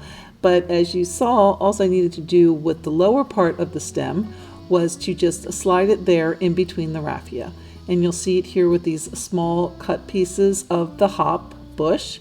So you can see where I'm just kind of inserting them there in between the raffia, and then it holds in place really nicely. And there's no more need for any additional tape or any additional wire. Then I'm going to proceed to start with my hydrangeas, and again I just cut them off of the larger stem just into individual pieces, and this way it's just easier to work with and get them positioned where I want them to be. For my bow, I'm going to use this Dollar Tree burlap, and I'm going to use the polka dot burlap as well and make a 2-toned double-decker bow. And so all I'm doing here is making a simple loop bow. I just started the ribbon off with a nice long tail there at first, and then began making even loops on each side of the bow, holding the bow in the middle with my thumb and index finger. Then I just kind of put that aside. I'm going to do the same with this smaller polka dot bow. And again, I just gave it a bit of a tail there to start, and then began creating the loops. And so I will continue making some loops here, holding again the middle with my thumb and forefinger, and then just cut it off. And now I will apply that to the smaller one. The smaller polka dot one will just go on top of the larger regular burlap one, and then I'll just use some wire there in the middle to hold the two not only together but hold them in place in the bow form. And I just want to make sure that that wire is long enough, because I also will be using the wire to attach the bow to the wreath. And then I can just fluff out all the different parts and just make a really pretty bow, making sure that my prints are in the right direction, and just cut off the edges there to form a lovely finish to my bow. And since this bow will be placed in the middle of the wreath, or in the middle section between the two sets of flowers, I'm going to go ahead and add it to the wreath now. And I did just put the letter in place because I kind of want them to be opposite each other, so I just want to make sure everything's lined up the way I want it to look. And then I'll just go ahead with that excess wire that I left there on the back and attach the bow to the wreath form. And now I'll just continue with my flowers on the other side, just arranging them in the same way, just going in the other direction on the other side. I'll do the grass stems, then those cream hop bush, and then the orange hydrangeas. And now I'm going to attach my monogram, and I'm going to just use some E6000 glue to do that. I'm going to put some there on the wreath as well as on the letter. And I'm also going to add some hot glue for that instant hold, so that it holds my E6000 where I want it to be and doesn't slide all over the place as E6000 is wont to do. And then here you see the finished project, so pretty and elegant in those beautiful fall colors. And then the monogram, of course, gives it that wonderful personalization as well as an elegant touch of class. Next up is a thrift flip wreath that I purchased from Goodwill for $2.50. It has seen better days, but it's got some good bones. It did need a good cleaning, however, so I sprayed it down with some hot soapy water rinsed it off with the hose, and then left it out in the sun to dry. It cleaned up pretty well, but there were some pieces that were still looking a little manky, so and some were just downright falling apart. So I kind of just made a decision as to what items I wanted to keep: the artichokes, the feather balls, and the apples, and then everything else I was just going to remove from the wreath to clean it up and also to make room for some of the beautiful florals that I purchased from Dollar Tree. So I'm loving these little pomegranates. These are such a pretty shade, as well as these absolutely stunning willow branches. And then I'm just loving these little pumpkins on the vine. And then these very dramatic mustard colored feathers. And then also this pretty grass as well. But before we get to the fun part, I did need to do a little housekeeping on this wreath. And so I just took some floral wire and kind of restrung it there around the middle where the branches were all starting to fall out. And it would have been nice if I had a better colored wire. I just had that silver wire on hand, but it's okay. The flowers came along and covered it nicely. And I also wanted to make sure that all the other pieces that were remaining were secure and in place. And now I'm going to start with these dramatic feathers, and I thought I would put them behind that feather ball from the original wreath. So this is going to kind of set up my design. So where those feather balls are, I'm going to just add those feathered stems, and then it will give me markers where I know that I'm going to now add 3 of these green stems, these kind of grassy stems that are going to go in between where the feathers are. So I'll use the feathers as my marker, and then I'll go back with 3 stems of the green grass in between those 2 feathers. And then once all my green grass is in, I'll use the green grass as a marker for my rather vibrantly colored willow branches there, and pretty much put one of those willow branches in between each of my green stems. Next, I'm going to attach my mini pumpkin stems, and I'm going to just go with those and kind of place them around at first just to see how they fit and how they work. I'm going to keep those kind of to the inner side of my wreath, and again, just kind of play with it a little before permanently inserting them. Next up are the little pomegranates, and those I'm going to just place sporadically around, and so I'm going to cut those actually off the stem into smaller pieces and just place them where I feel like they are needed. And then wow, what a difference. I told you this thing had good bones. Just with a little soap of water, a little love, a few Dollar Tree stems, and this 36-inch at least diameter wreath would probably sell for several $100s in a fancy store, but we know it costs a lot less. For the next project, I used one of these Dollar Tree pumpkin wire forms and 2 spools of this very nice ribbon in a gorgeous burnt orange, also from Dollar Tree. I laid the pumpkin flat on my work surface, then measured down with the ribbon 1 and then 1/2 lengths of each spoke, and cut the ribbon there. Next, I folded the ribbon around the spoke, bringing the ends together, and applied hot glue to one of the edges, then pressed the 2 sides together. Once that area was sealed, I moved up the ribbon, gluing and sealing in sections. I do want to point out that the ribbon does have 2 sides. There's just a slight difference, but it's still there, so for uniformity, it's probably best to mind the side you start with and keep all the ribbons using that same side. By the time I got to the top of the spoke, the glue at the bottom of the ribbon was fully set. So I scratched that down to make room for the rest of the ribbon, then proceeded to glue the ends of the remaining ribbon. I then proceeded to do the same process for the remaining spokes, measuring 1 1/2 lengths down, folding the ribbon around the spoke, then gluing the ends together. When I got to the side edge of the frame, I just treated that like another spoke, covering it with the ribbon in the same way. Once all the spokes were covered, I positioned all the ribbons with the sealed side up, then created finger-width folds in the wired ribbon, folding it like an accordion. I then spread and fluffed the ribbons, creating a uniform spacing. For the cross pieces along the top and bottom of the pumpkin, I repeated the process of measuring 1 1/2 lengths of the ribbon, then folding and gluing, and then crimping along the wire frame. I then repeated that for all the cross sections. Once all the cross pieces were attached, it was time to join the pieces together. And to do so, I took the ends of 2 of the cross pieces and joined those to each side of one of the spoke pieces. I made sure all 3 pieces had the seam side up, then used a little hot glue to attach the 3 together. I then repeated this process for all the joints around the pumpkin. I then used scissors to clean up the edges and remove any stray threads. I also added a little more glue to the surface to keep the ribbon edges from fraying. To clean up any excess glue, I used a heat gun to melt the glue into the ribbon surface.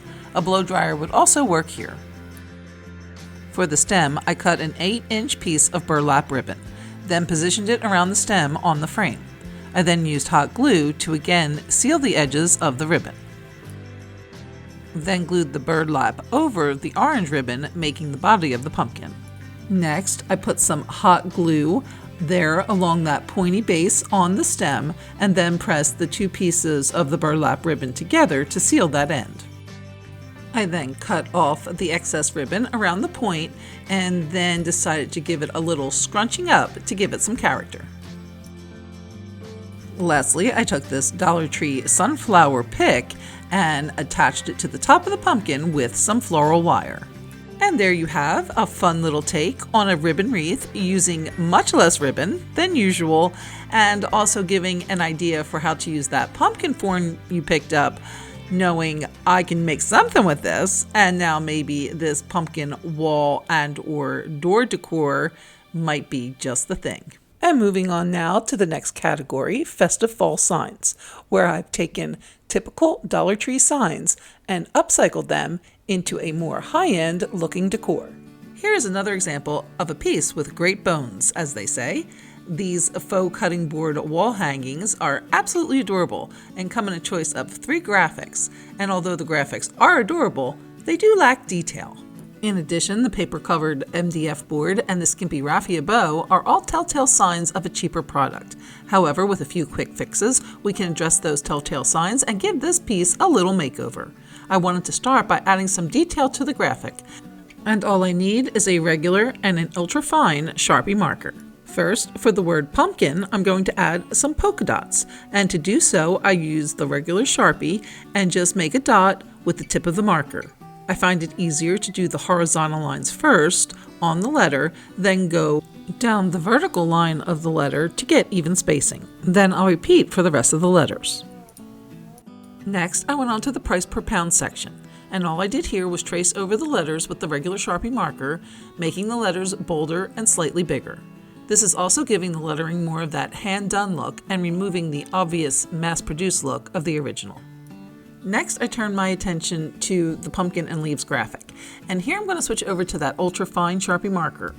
Now, don't laugh, but I really couldn't see what I was doing here when I was filming this. I'm old, what can I say? But then I got into a better position here so that I could both see what I was doing and film. So you can see the idea here is to do wispy lines of the graphic using the fine tip marker.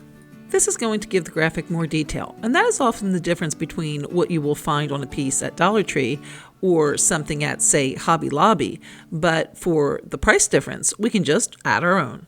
Lastly, I just added some dashes to the word patch, and again, couldn't see too well, got a little out of whack there, but it's just hard to do the fine-tuned stuff and film at the same time, especially when the eyesight's not that great. Now to address the MDF paper covered surface.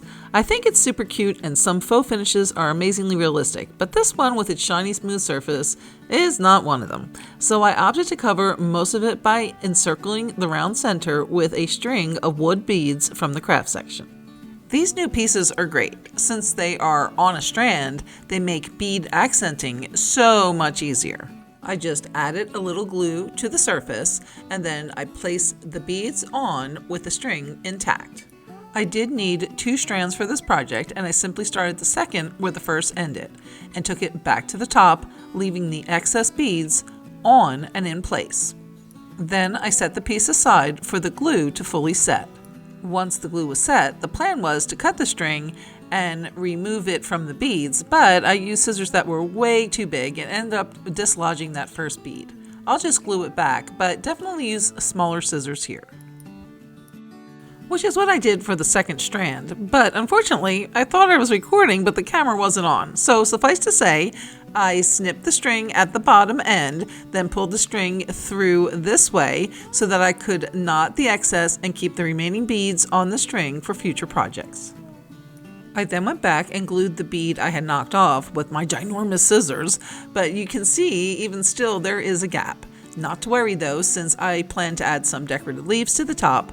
I just made a selection of odds and ends leaves I already had in my stash, but Dollar Tree has a wide selection of fall leaves in varying colors if you don't have any on hand. I grouped them together, then wrap with floral tape. Here I glued it in strategically, placing that arrangement so that it covered the gap. Lastly, I just added back the raffia bow I removed earlier and trimmed the ends to clean it up a bit. And oh, how cute this all came together. Like I said, the original had great bones, but basically doing a little makeup with markers, dressing it up a bit with the beads, and giving it a snazzy new hairdo with the leaves and ribbon transformed this 6 or 7 into a solid 10.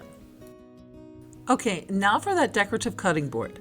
Can you believe I picked this beauty up at Dollar Tree? It was in the plus section, but it was only $3. And yes, like we did last week, we're going to take a piece that has some good bones, then dress it up and do a little hair and makeup for a wowza makeover. For this one, I again wanted to do some beading around the edges. And for that effect, I often like to use a sheet of these Dollar Tree stickers. They come in all different shades like pink and red and light blue and this navy blue. But it really doesn't matter what color you get since I usually paint them. And that is what I did here. Painted them with Waverly chalk paint in the color Truffle. And when I do paint them, I do go both vertically and horizontally to make sure I'm getting all sides of the bead. Once the beads are fully covered, I set those aside to fully dry.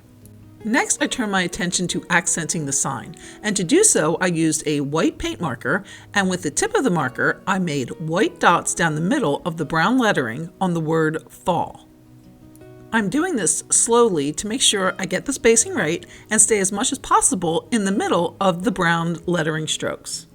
And you can see here how that little bit of accenting really makes the word fall pop, and that simple detailing just takes this piece up a notch. By now my painted stickers were dry, so to attach those, I first added a stream of the Type Bond glue where I plan to add the stickers to add some permanent adhesion. Then I simply began adding the strips of stickers around the edge of the board. When I got to the top, I needed to remove the twine bow and wrap. Since I wanted to reuse both of them, I gently removed the staple holding the bow with pliers, then used scissors to cut the first row of twine, unwrapped it, and then used pliers to remove the staples holding it in place. Then proceeded to finish adding the stickers around that edge.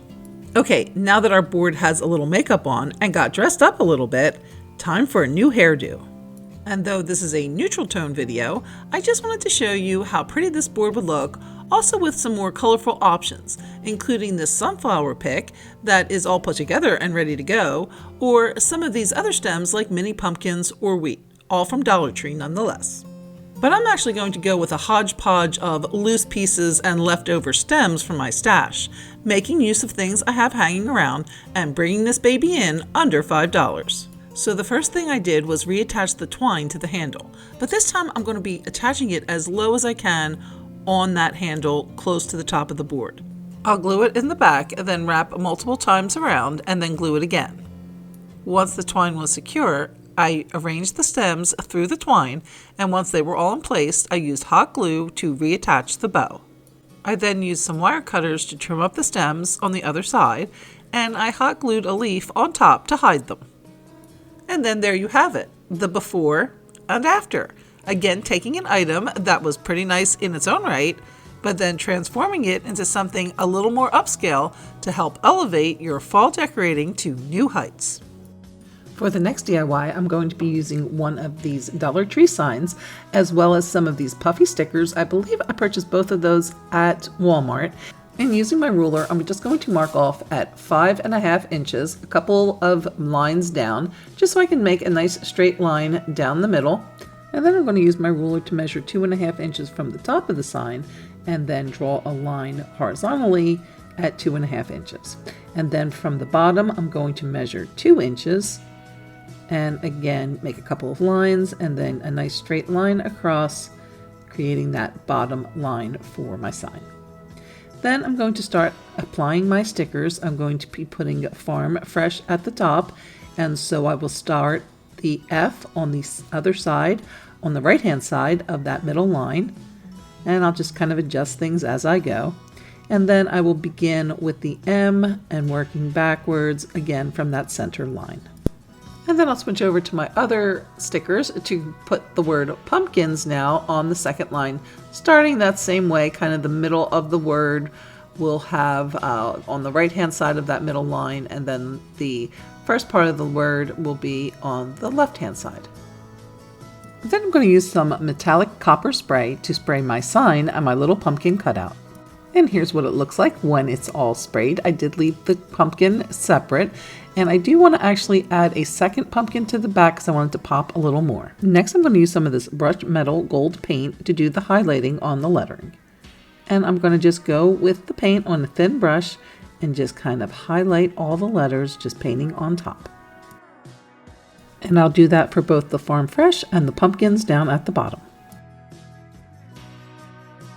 For the pumpkin cutout, I'm going to use some copper as well as some bronze metallic spray paint.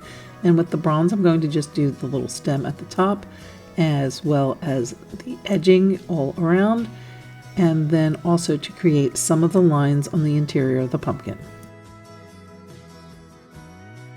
Then I'm going to go back with the gold and highlight each one of the pumpkin sections. Then I'll go back with the copper colored paint and create a little more definition in each one of the sections. Once my pumpkin's done, I'll just glue it in place in the center of the sign. At this point, you can just leave the sign as is and just use the little hanger that came with it to hang it up, but I'm going to actually go ahead and create a little Jenga block border. So I'm just going to use some of my Type Bond glue, but you could use wood glue here, that would work just as well.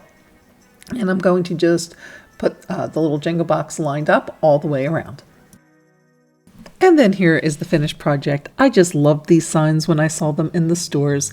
I thought they created such a great high-end look and make such a great addition to your fall decor. For the next project, I'm going to show you a technique I've used for years to make everything from signs to photographs look like hand-painted portraits. For the first DIY, I'm going to use this Farm Fresh Pumpkins yard sign, and I'm going to just pop the pieces right off of the stake. Now the secret to this technique is to use a glazing medium. Now this is a larger bottle, but you can pick up a small one for just $1 or $2 at any of the craft stores. Next, I'm going to dive into my craft paints and pick out all the colors that are in or close to what's in my sign. I'll then be mixing a ratio of 1 part glazed medium and 1 part of the craft paint. And I'm going to start with this nice kind of ruddy color that is the color of the truck. Then I'm going to start painting right over the red part of the truck. And as you'll see, it's just going to kind of bring that color to life. It's also going to give me some nice paint strokes, but it's not going to cover the shading or any of the details and outlines that I want to maintain. I'm also going to paint around the edges so that, again, it just gives it a nice finished look. And then just proceed to give a nice even coat over the front and make certain I get all the colors in that color I'm working on before moving on to the next shade. Next, I'm going to move on to the orange in the pumpkins, and you'll notice the pumpkins are all kind of a different shade of orange, but I'm going to just use this one shade of orange mixed with the glaze, and you'll see as I'm doing this nice large pumpkin up here at the top, it is again just making those colors pop, yet still keeping all that underlying shading and outlines that I want to retain. Next, I'm going to move on to that smaller pumpkin, and as you can see, it kind of has a redder shade to it, but I'm going to still use that same orange, and you'll see though that it still retains that darker shading underneath. And then I'm going to move on to this pumpkin to the side. And you can see that that one has some like yellow highlights in it. So I'm going to use some of the yellow mixed glazed paint along with the orange. And you can see how well these two blend together, creating a great effect. Now this pumpkin here in the lower left has some cream color shading in it, and so I'll go to a cream and glaze mixed paint there, and then also use some of that orange, and again just blend them so beautifully to create a wonderful effect.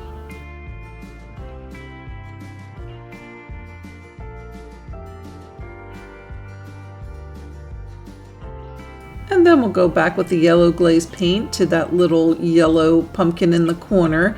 And you can see it has all great shading on it as well, but just that yellow glaze on top will just make the colors pop, yet retain all of that original shading.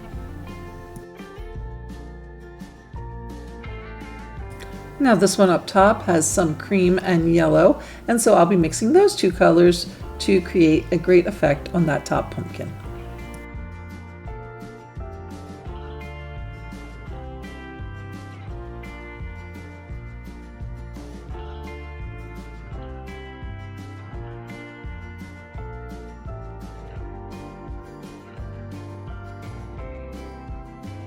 And then I'll be using a mixture of browns and greens, again mixed with the glaze, to create the stems.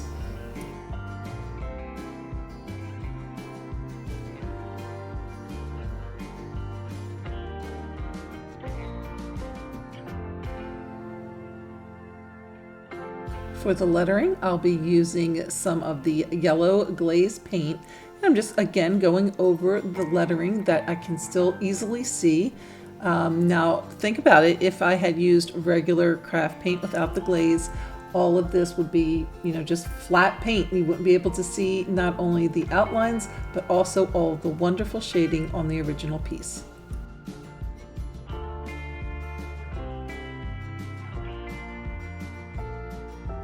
And then once I've completed the lettering, I'm just going to go back up and make sure I get that blue rim there just below the roof.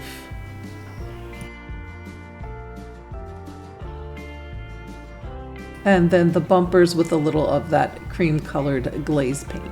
And again, it will retain that wonderful shading on the original piece. Then I'm going to go back with some black paint on a very thin brush and just do all of the outlining on the original piece that was in black. Now this probably would have been much better done with a paint marker if you have one, but the skinny brush will work as well. And then don't forget to put a coat of the black glaze on top of the tires as well. It will again just give you those nice brush strokes to give it a hand painted look, yet you'll continue to see the tire treads and all of the other details from the original piece. Next I'm going to do the tail lights, and I am actually going to use regular cream colored craft paint here. I'm not using the glaze thinned paint here because I do need to kind of paint over and have a nice strong white there or cream color around the headlight.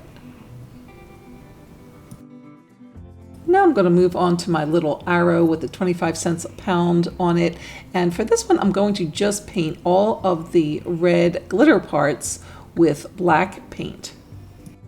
And then to liven that up a bit, I'm going to go back with some red paint, and this is just regular red paint. I have not mixed this with glaze, and I'm going to just go back and paint a thin red line inside the black lines. And then here are my finished Dollar Tree pieces. So this is the little truck and the little arrow, and now I'm going to make a sign to put them on. To make the sign, I'm going to use some construction shims. Now, these you can get at any like Home Depot or Lowe's.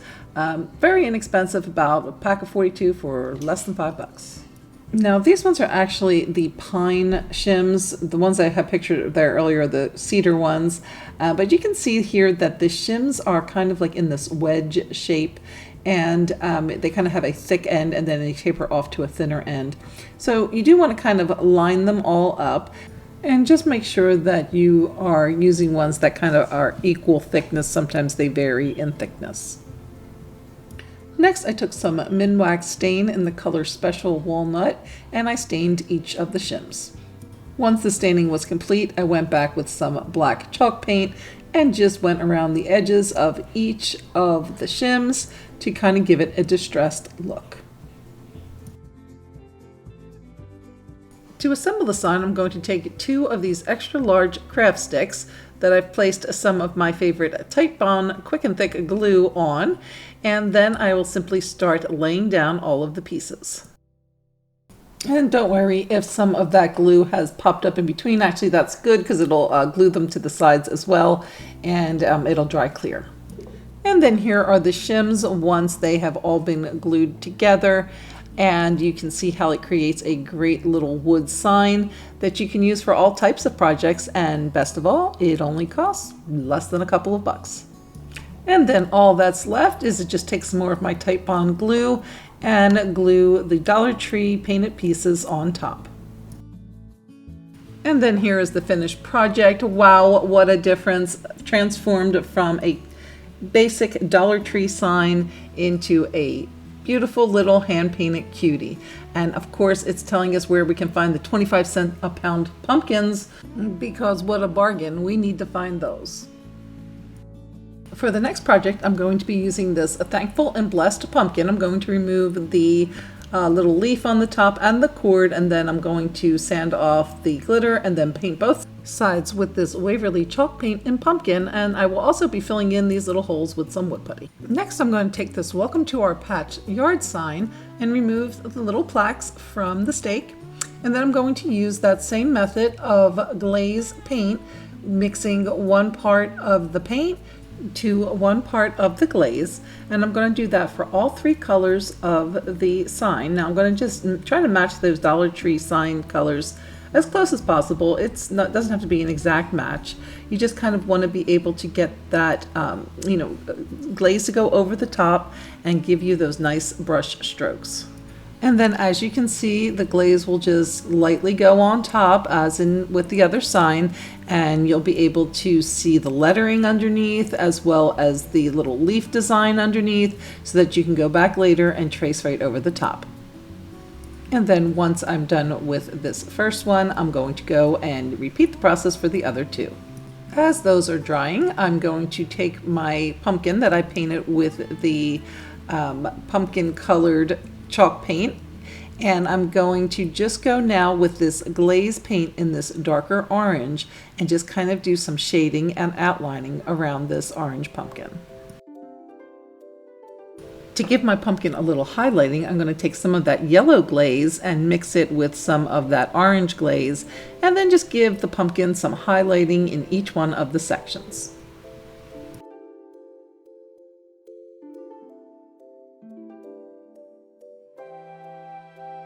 Once my glaze paint was dry on my three signs, I went back with a black paint marker and just went over all of the lettering. And then I just went and did this for all three of the signs. Once all my lettering was done and dry, I then switched to a black Sharpie marker to outline both my pumpkin and my leaf designs on each of the signs. To make the monogram, I printed off a letter from my computer, and I did it with kind of an open font so that this way I didn't waste all that printer ink since it's such a large letter. And then I just did the old scribble method on the back, and now I'm going to just place that to the front of my pumpkin and then just trace around the letter to get that carbon imprint on the pumpkin on the other side. And then I just used a paint marker to go over the pencil tracing. And then once the outline was complete, I switched over to paint in order to preserve my paint marker, much less expensive.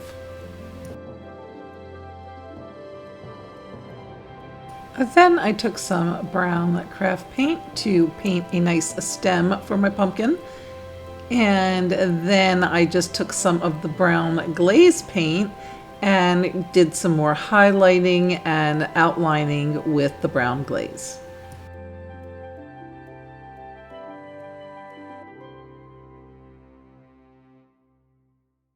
And since I wanted to use the back side of my stake, I just went ahead and gave it a coat of brown paint. Then once all my pieces were dry and ready, I just attached them to the stake with some Titebond glue. First I did the welcome sign to the top, and then my monogram pumpkin underneath of that, and then the signs for R and patch below that. And then here's the finished project, our cute little welcome to our patch hand-painted sign made from a Dollar Tree, a couple of Dollar Tree signs, and hanging out here with our little Scarecrow friend. And if you'd like to see how I made him, well, you're in luck because that DIY is coming up in the next category, Fall Porch Decor. But the first porch decor project I want to show you are these super money-saving DIY hay bales. And the thing about this is that it's actually collapsible and reusable, so let me go ahead and show you how I made that. So to make my reusable collapsible hay bales, I'm going to take some of this hay that I purchased from Michael's, and it's the smallest one that they have, and with the coupon it was less than $4. And a little bit goes a long way, so as we'll see, just this one little thing can make quite a few of these hay bales. So all I'm going to do is take a shipping box that I had, and I'm going to just cut the tape on the bottom and then flatten the box out.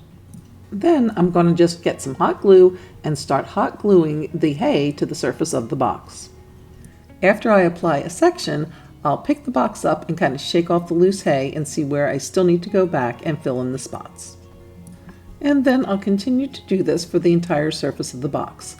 Now this does take some time and it does make quite a mess, so it's something you probably want to do outside or on a sheet or drop cloth.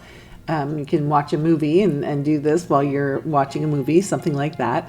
But it is a little time consuming, but on the upside, if you do like to decorate with hay bales and aren't up for spending, upwards of $20 sometimes for the larger ones, this could be a great option. Plus, don't forget, you can fold it and store it away for next year. Now, since this does have a cardboard base, you can't really leave it out in the elements, so it would need to be in a completely covered space. And then once the box is covered in the hay, you can see where you can just pop it right back into place, and all of those corners will stay nice. And then you get to decorate it and enjoy it for the season, and then when it's done, you can just unfold the box and lay it flat and store it away. The next DIY is a super thrifty one for those who like to decorate with plants and flowers. Here is a super cheap way to create wood-look planters for your plants.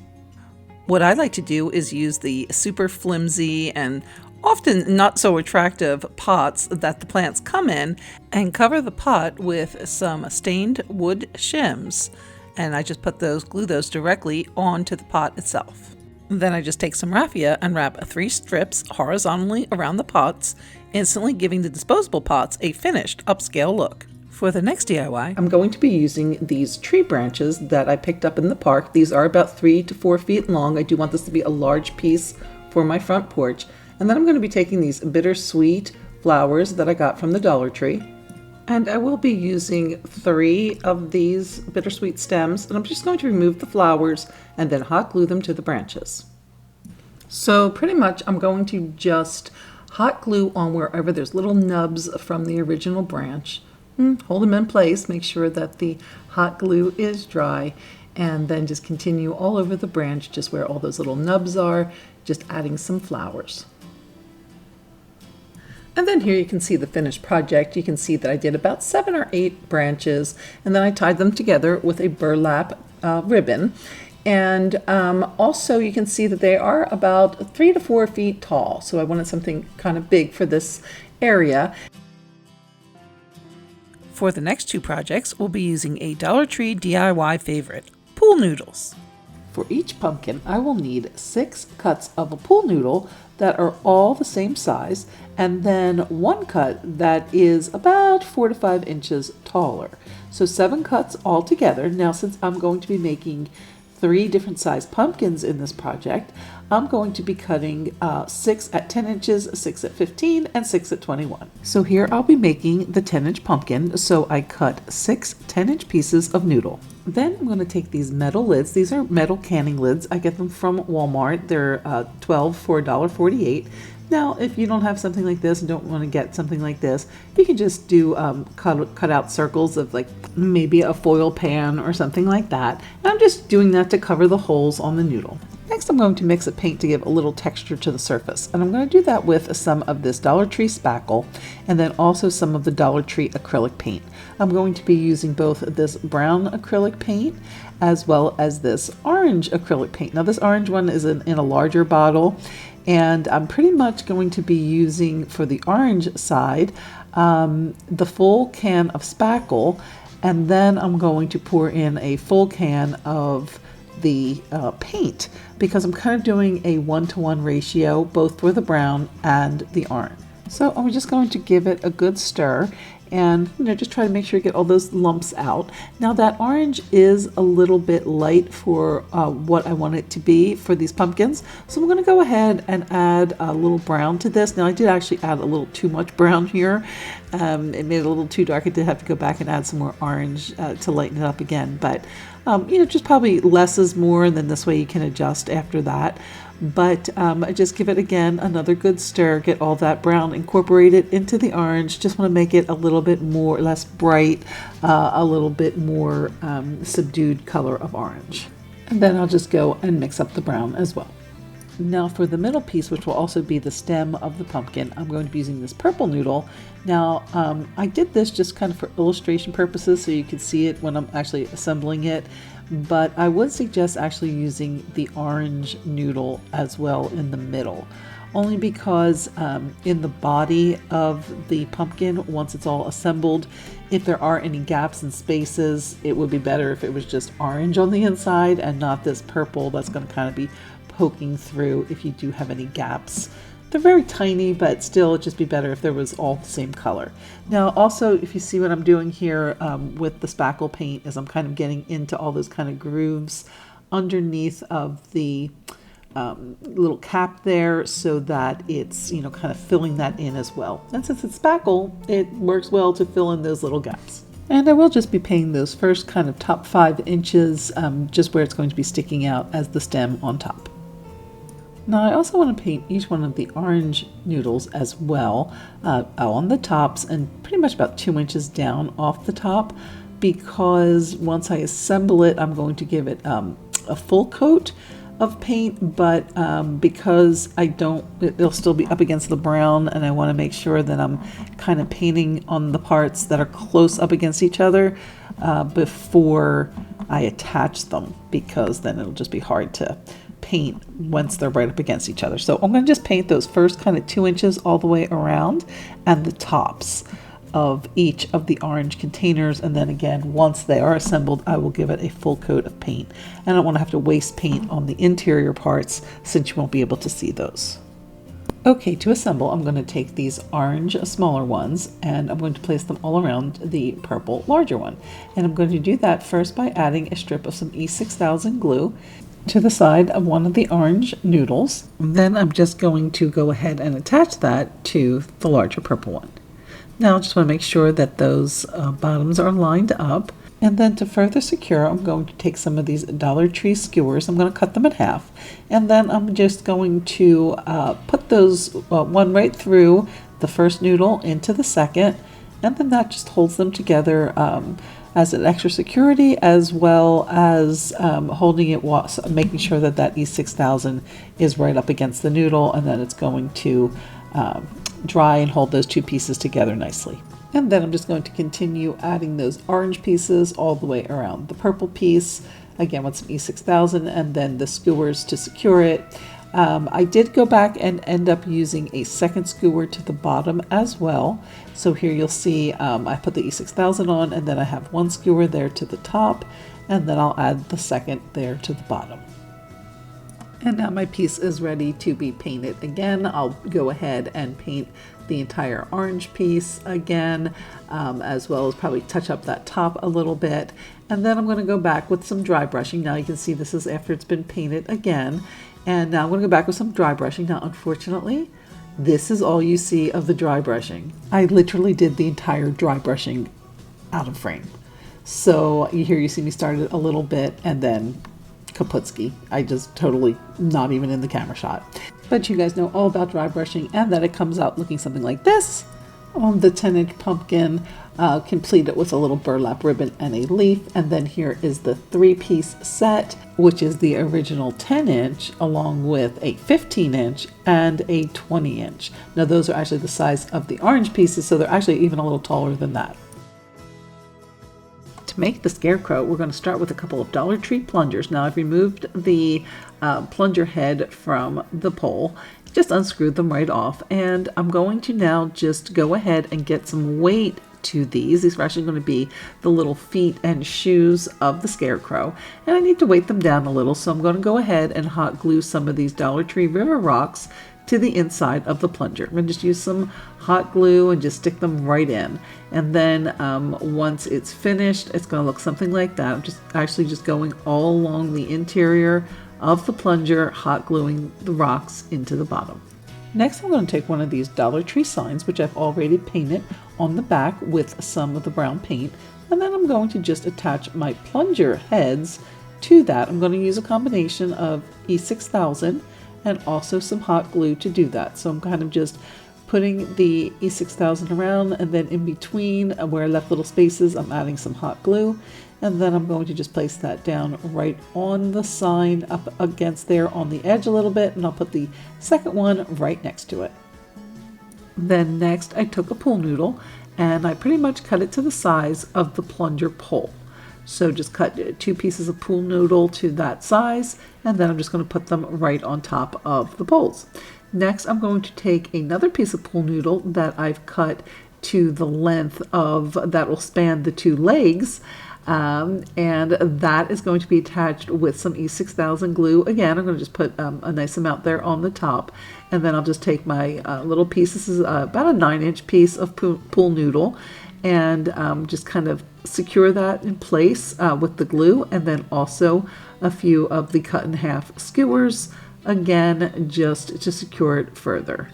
And so again, it's those Dollar Tree skewers, and I'm going to just cut those in half and then just secure the noodles all together with the E6000 as well as the pieces of skewer.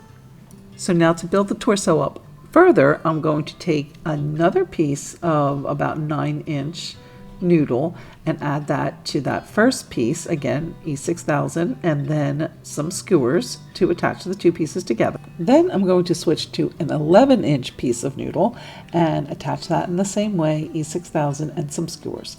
And then I'll go ahead and add 3 more 11-inch cuts of noodle on top of that with the skewers and the E6000 glue. So while that glue is drying and setting up, I'm going to turn my attention to the shirt and the arms. So I'm going to take a couple pieces of noodle, and so here you can see I've already cut this one. And so what I did was I started with the end of the noodle at the cuff, and then brought that up to where the arm of the shirt is cut, kind of cut on that angle, the way shirt arms are. And see here, you can see it on this side, it's kind of has that angle. And so I'll do the same thing there. I will start at that cuff, and then I'm going to bring that up to where the kind of angle of that cut of the shirt goes. And I'm going to just follow that angle as I cut the noodle. So just kind of cut on that angle of the shirt, just follow the line of the shirt. And then here you can see a little more of a close-up of what I mean. So see how that angle of the shirt cut goes, and I just cut the noodle along that same angle. And then I'm just going to go ahead and add the noodles to the sleeves of the shirt. Next, I'm going to assemble the head and neck with this little Dollar Tree bucket. I just removed the handle, and then a piece of pool noodle that I'm going to E6000 to the bottom. Once the glue on my noodles was dry, I went ahead and removed the body of the Scarecrow from the plungers. And now I'm going to go ahead and dress my Scarecrow with the clothes that I purchased from Goodwill. These are both size 7, a size 7 shirt and a size 7 pair of jeans. And I just put the shirt over the top of the noodles and just pulling down all the way to make sure that the tops of those noodles are all the way up by the shoulders. And then next were the pants.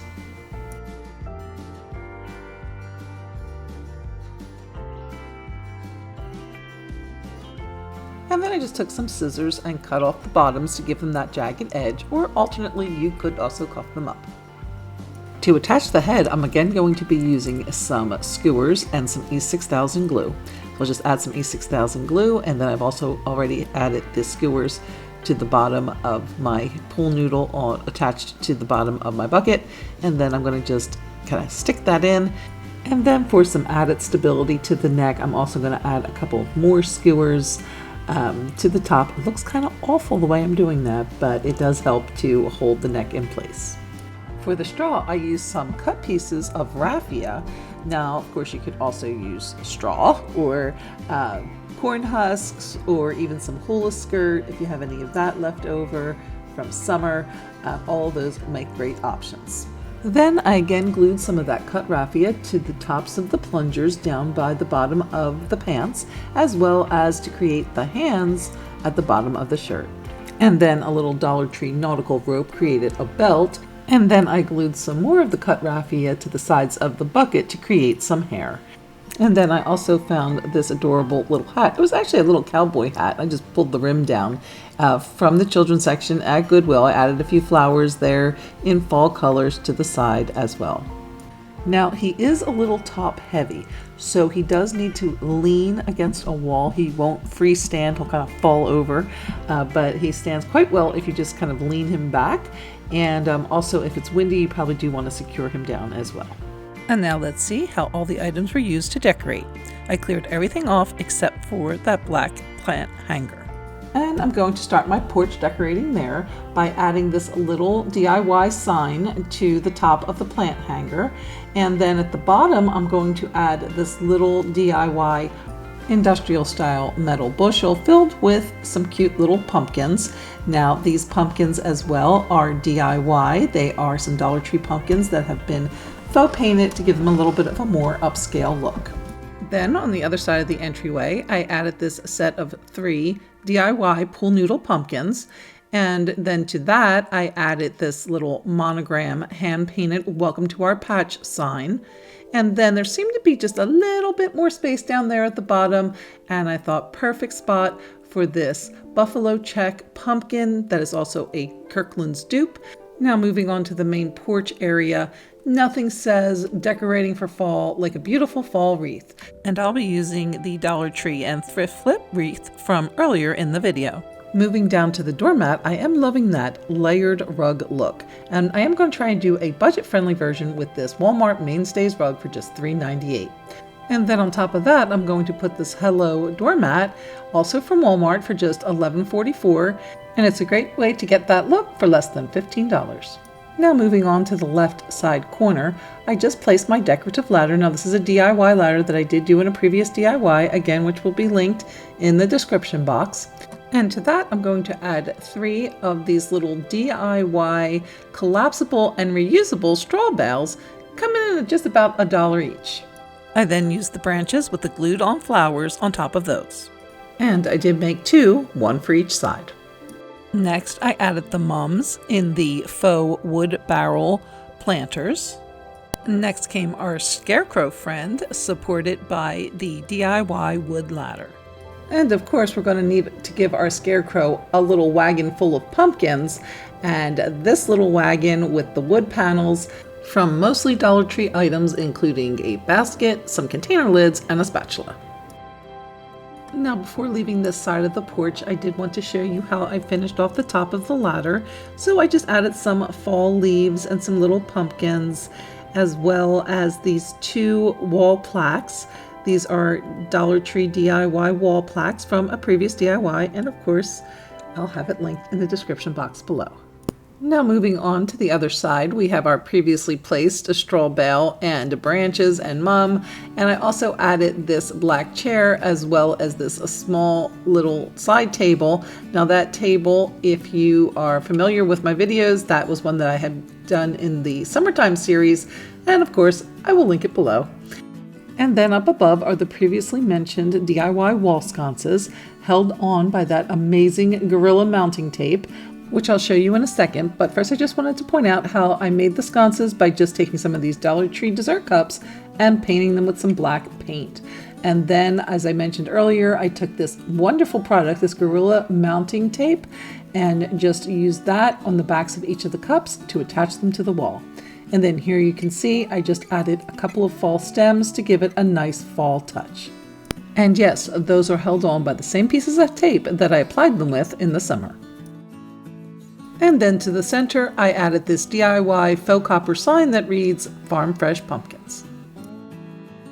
Going back down to the seating area, I did go ahead and add this beautiful fall pillow from Walmart for only $5. And then down below the chair, I added this DIY wood caddy with the bead handle. And then inside the caddy are a couple more of those pumpkins, Dollar Tree, and some others I've had around that I just kind of did a little faux finish on to give them an updated look. And now moving on to the side table, I first added this adorable dish towel from Joann's to add a little texture and warmth. And then I just added a couple more pumpkins. And on top of that, I added this DIY pedestal candle plate, which we saw the DIY for all the way in the beginning of this video. And then here is the final tour.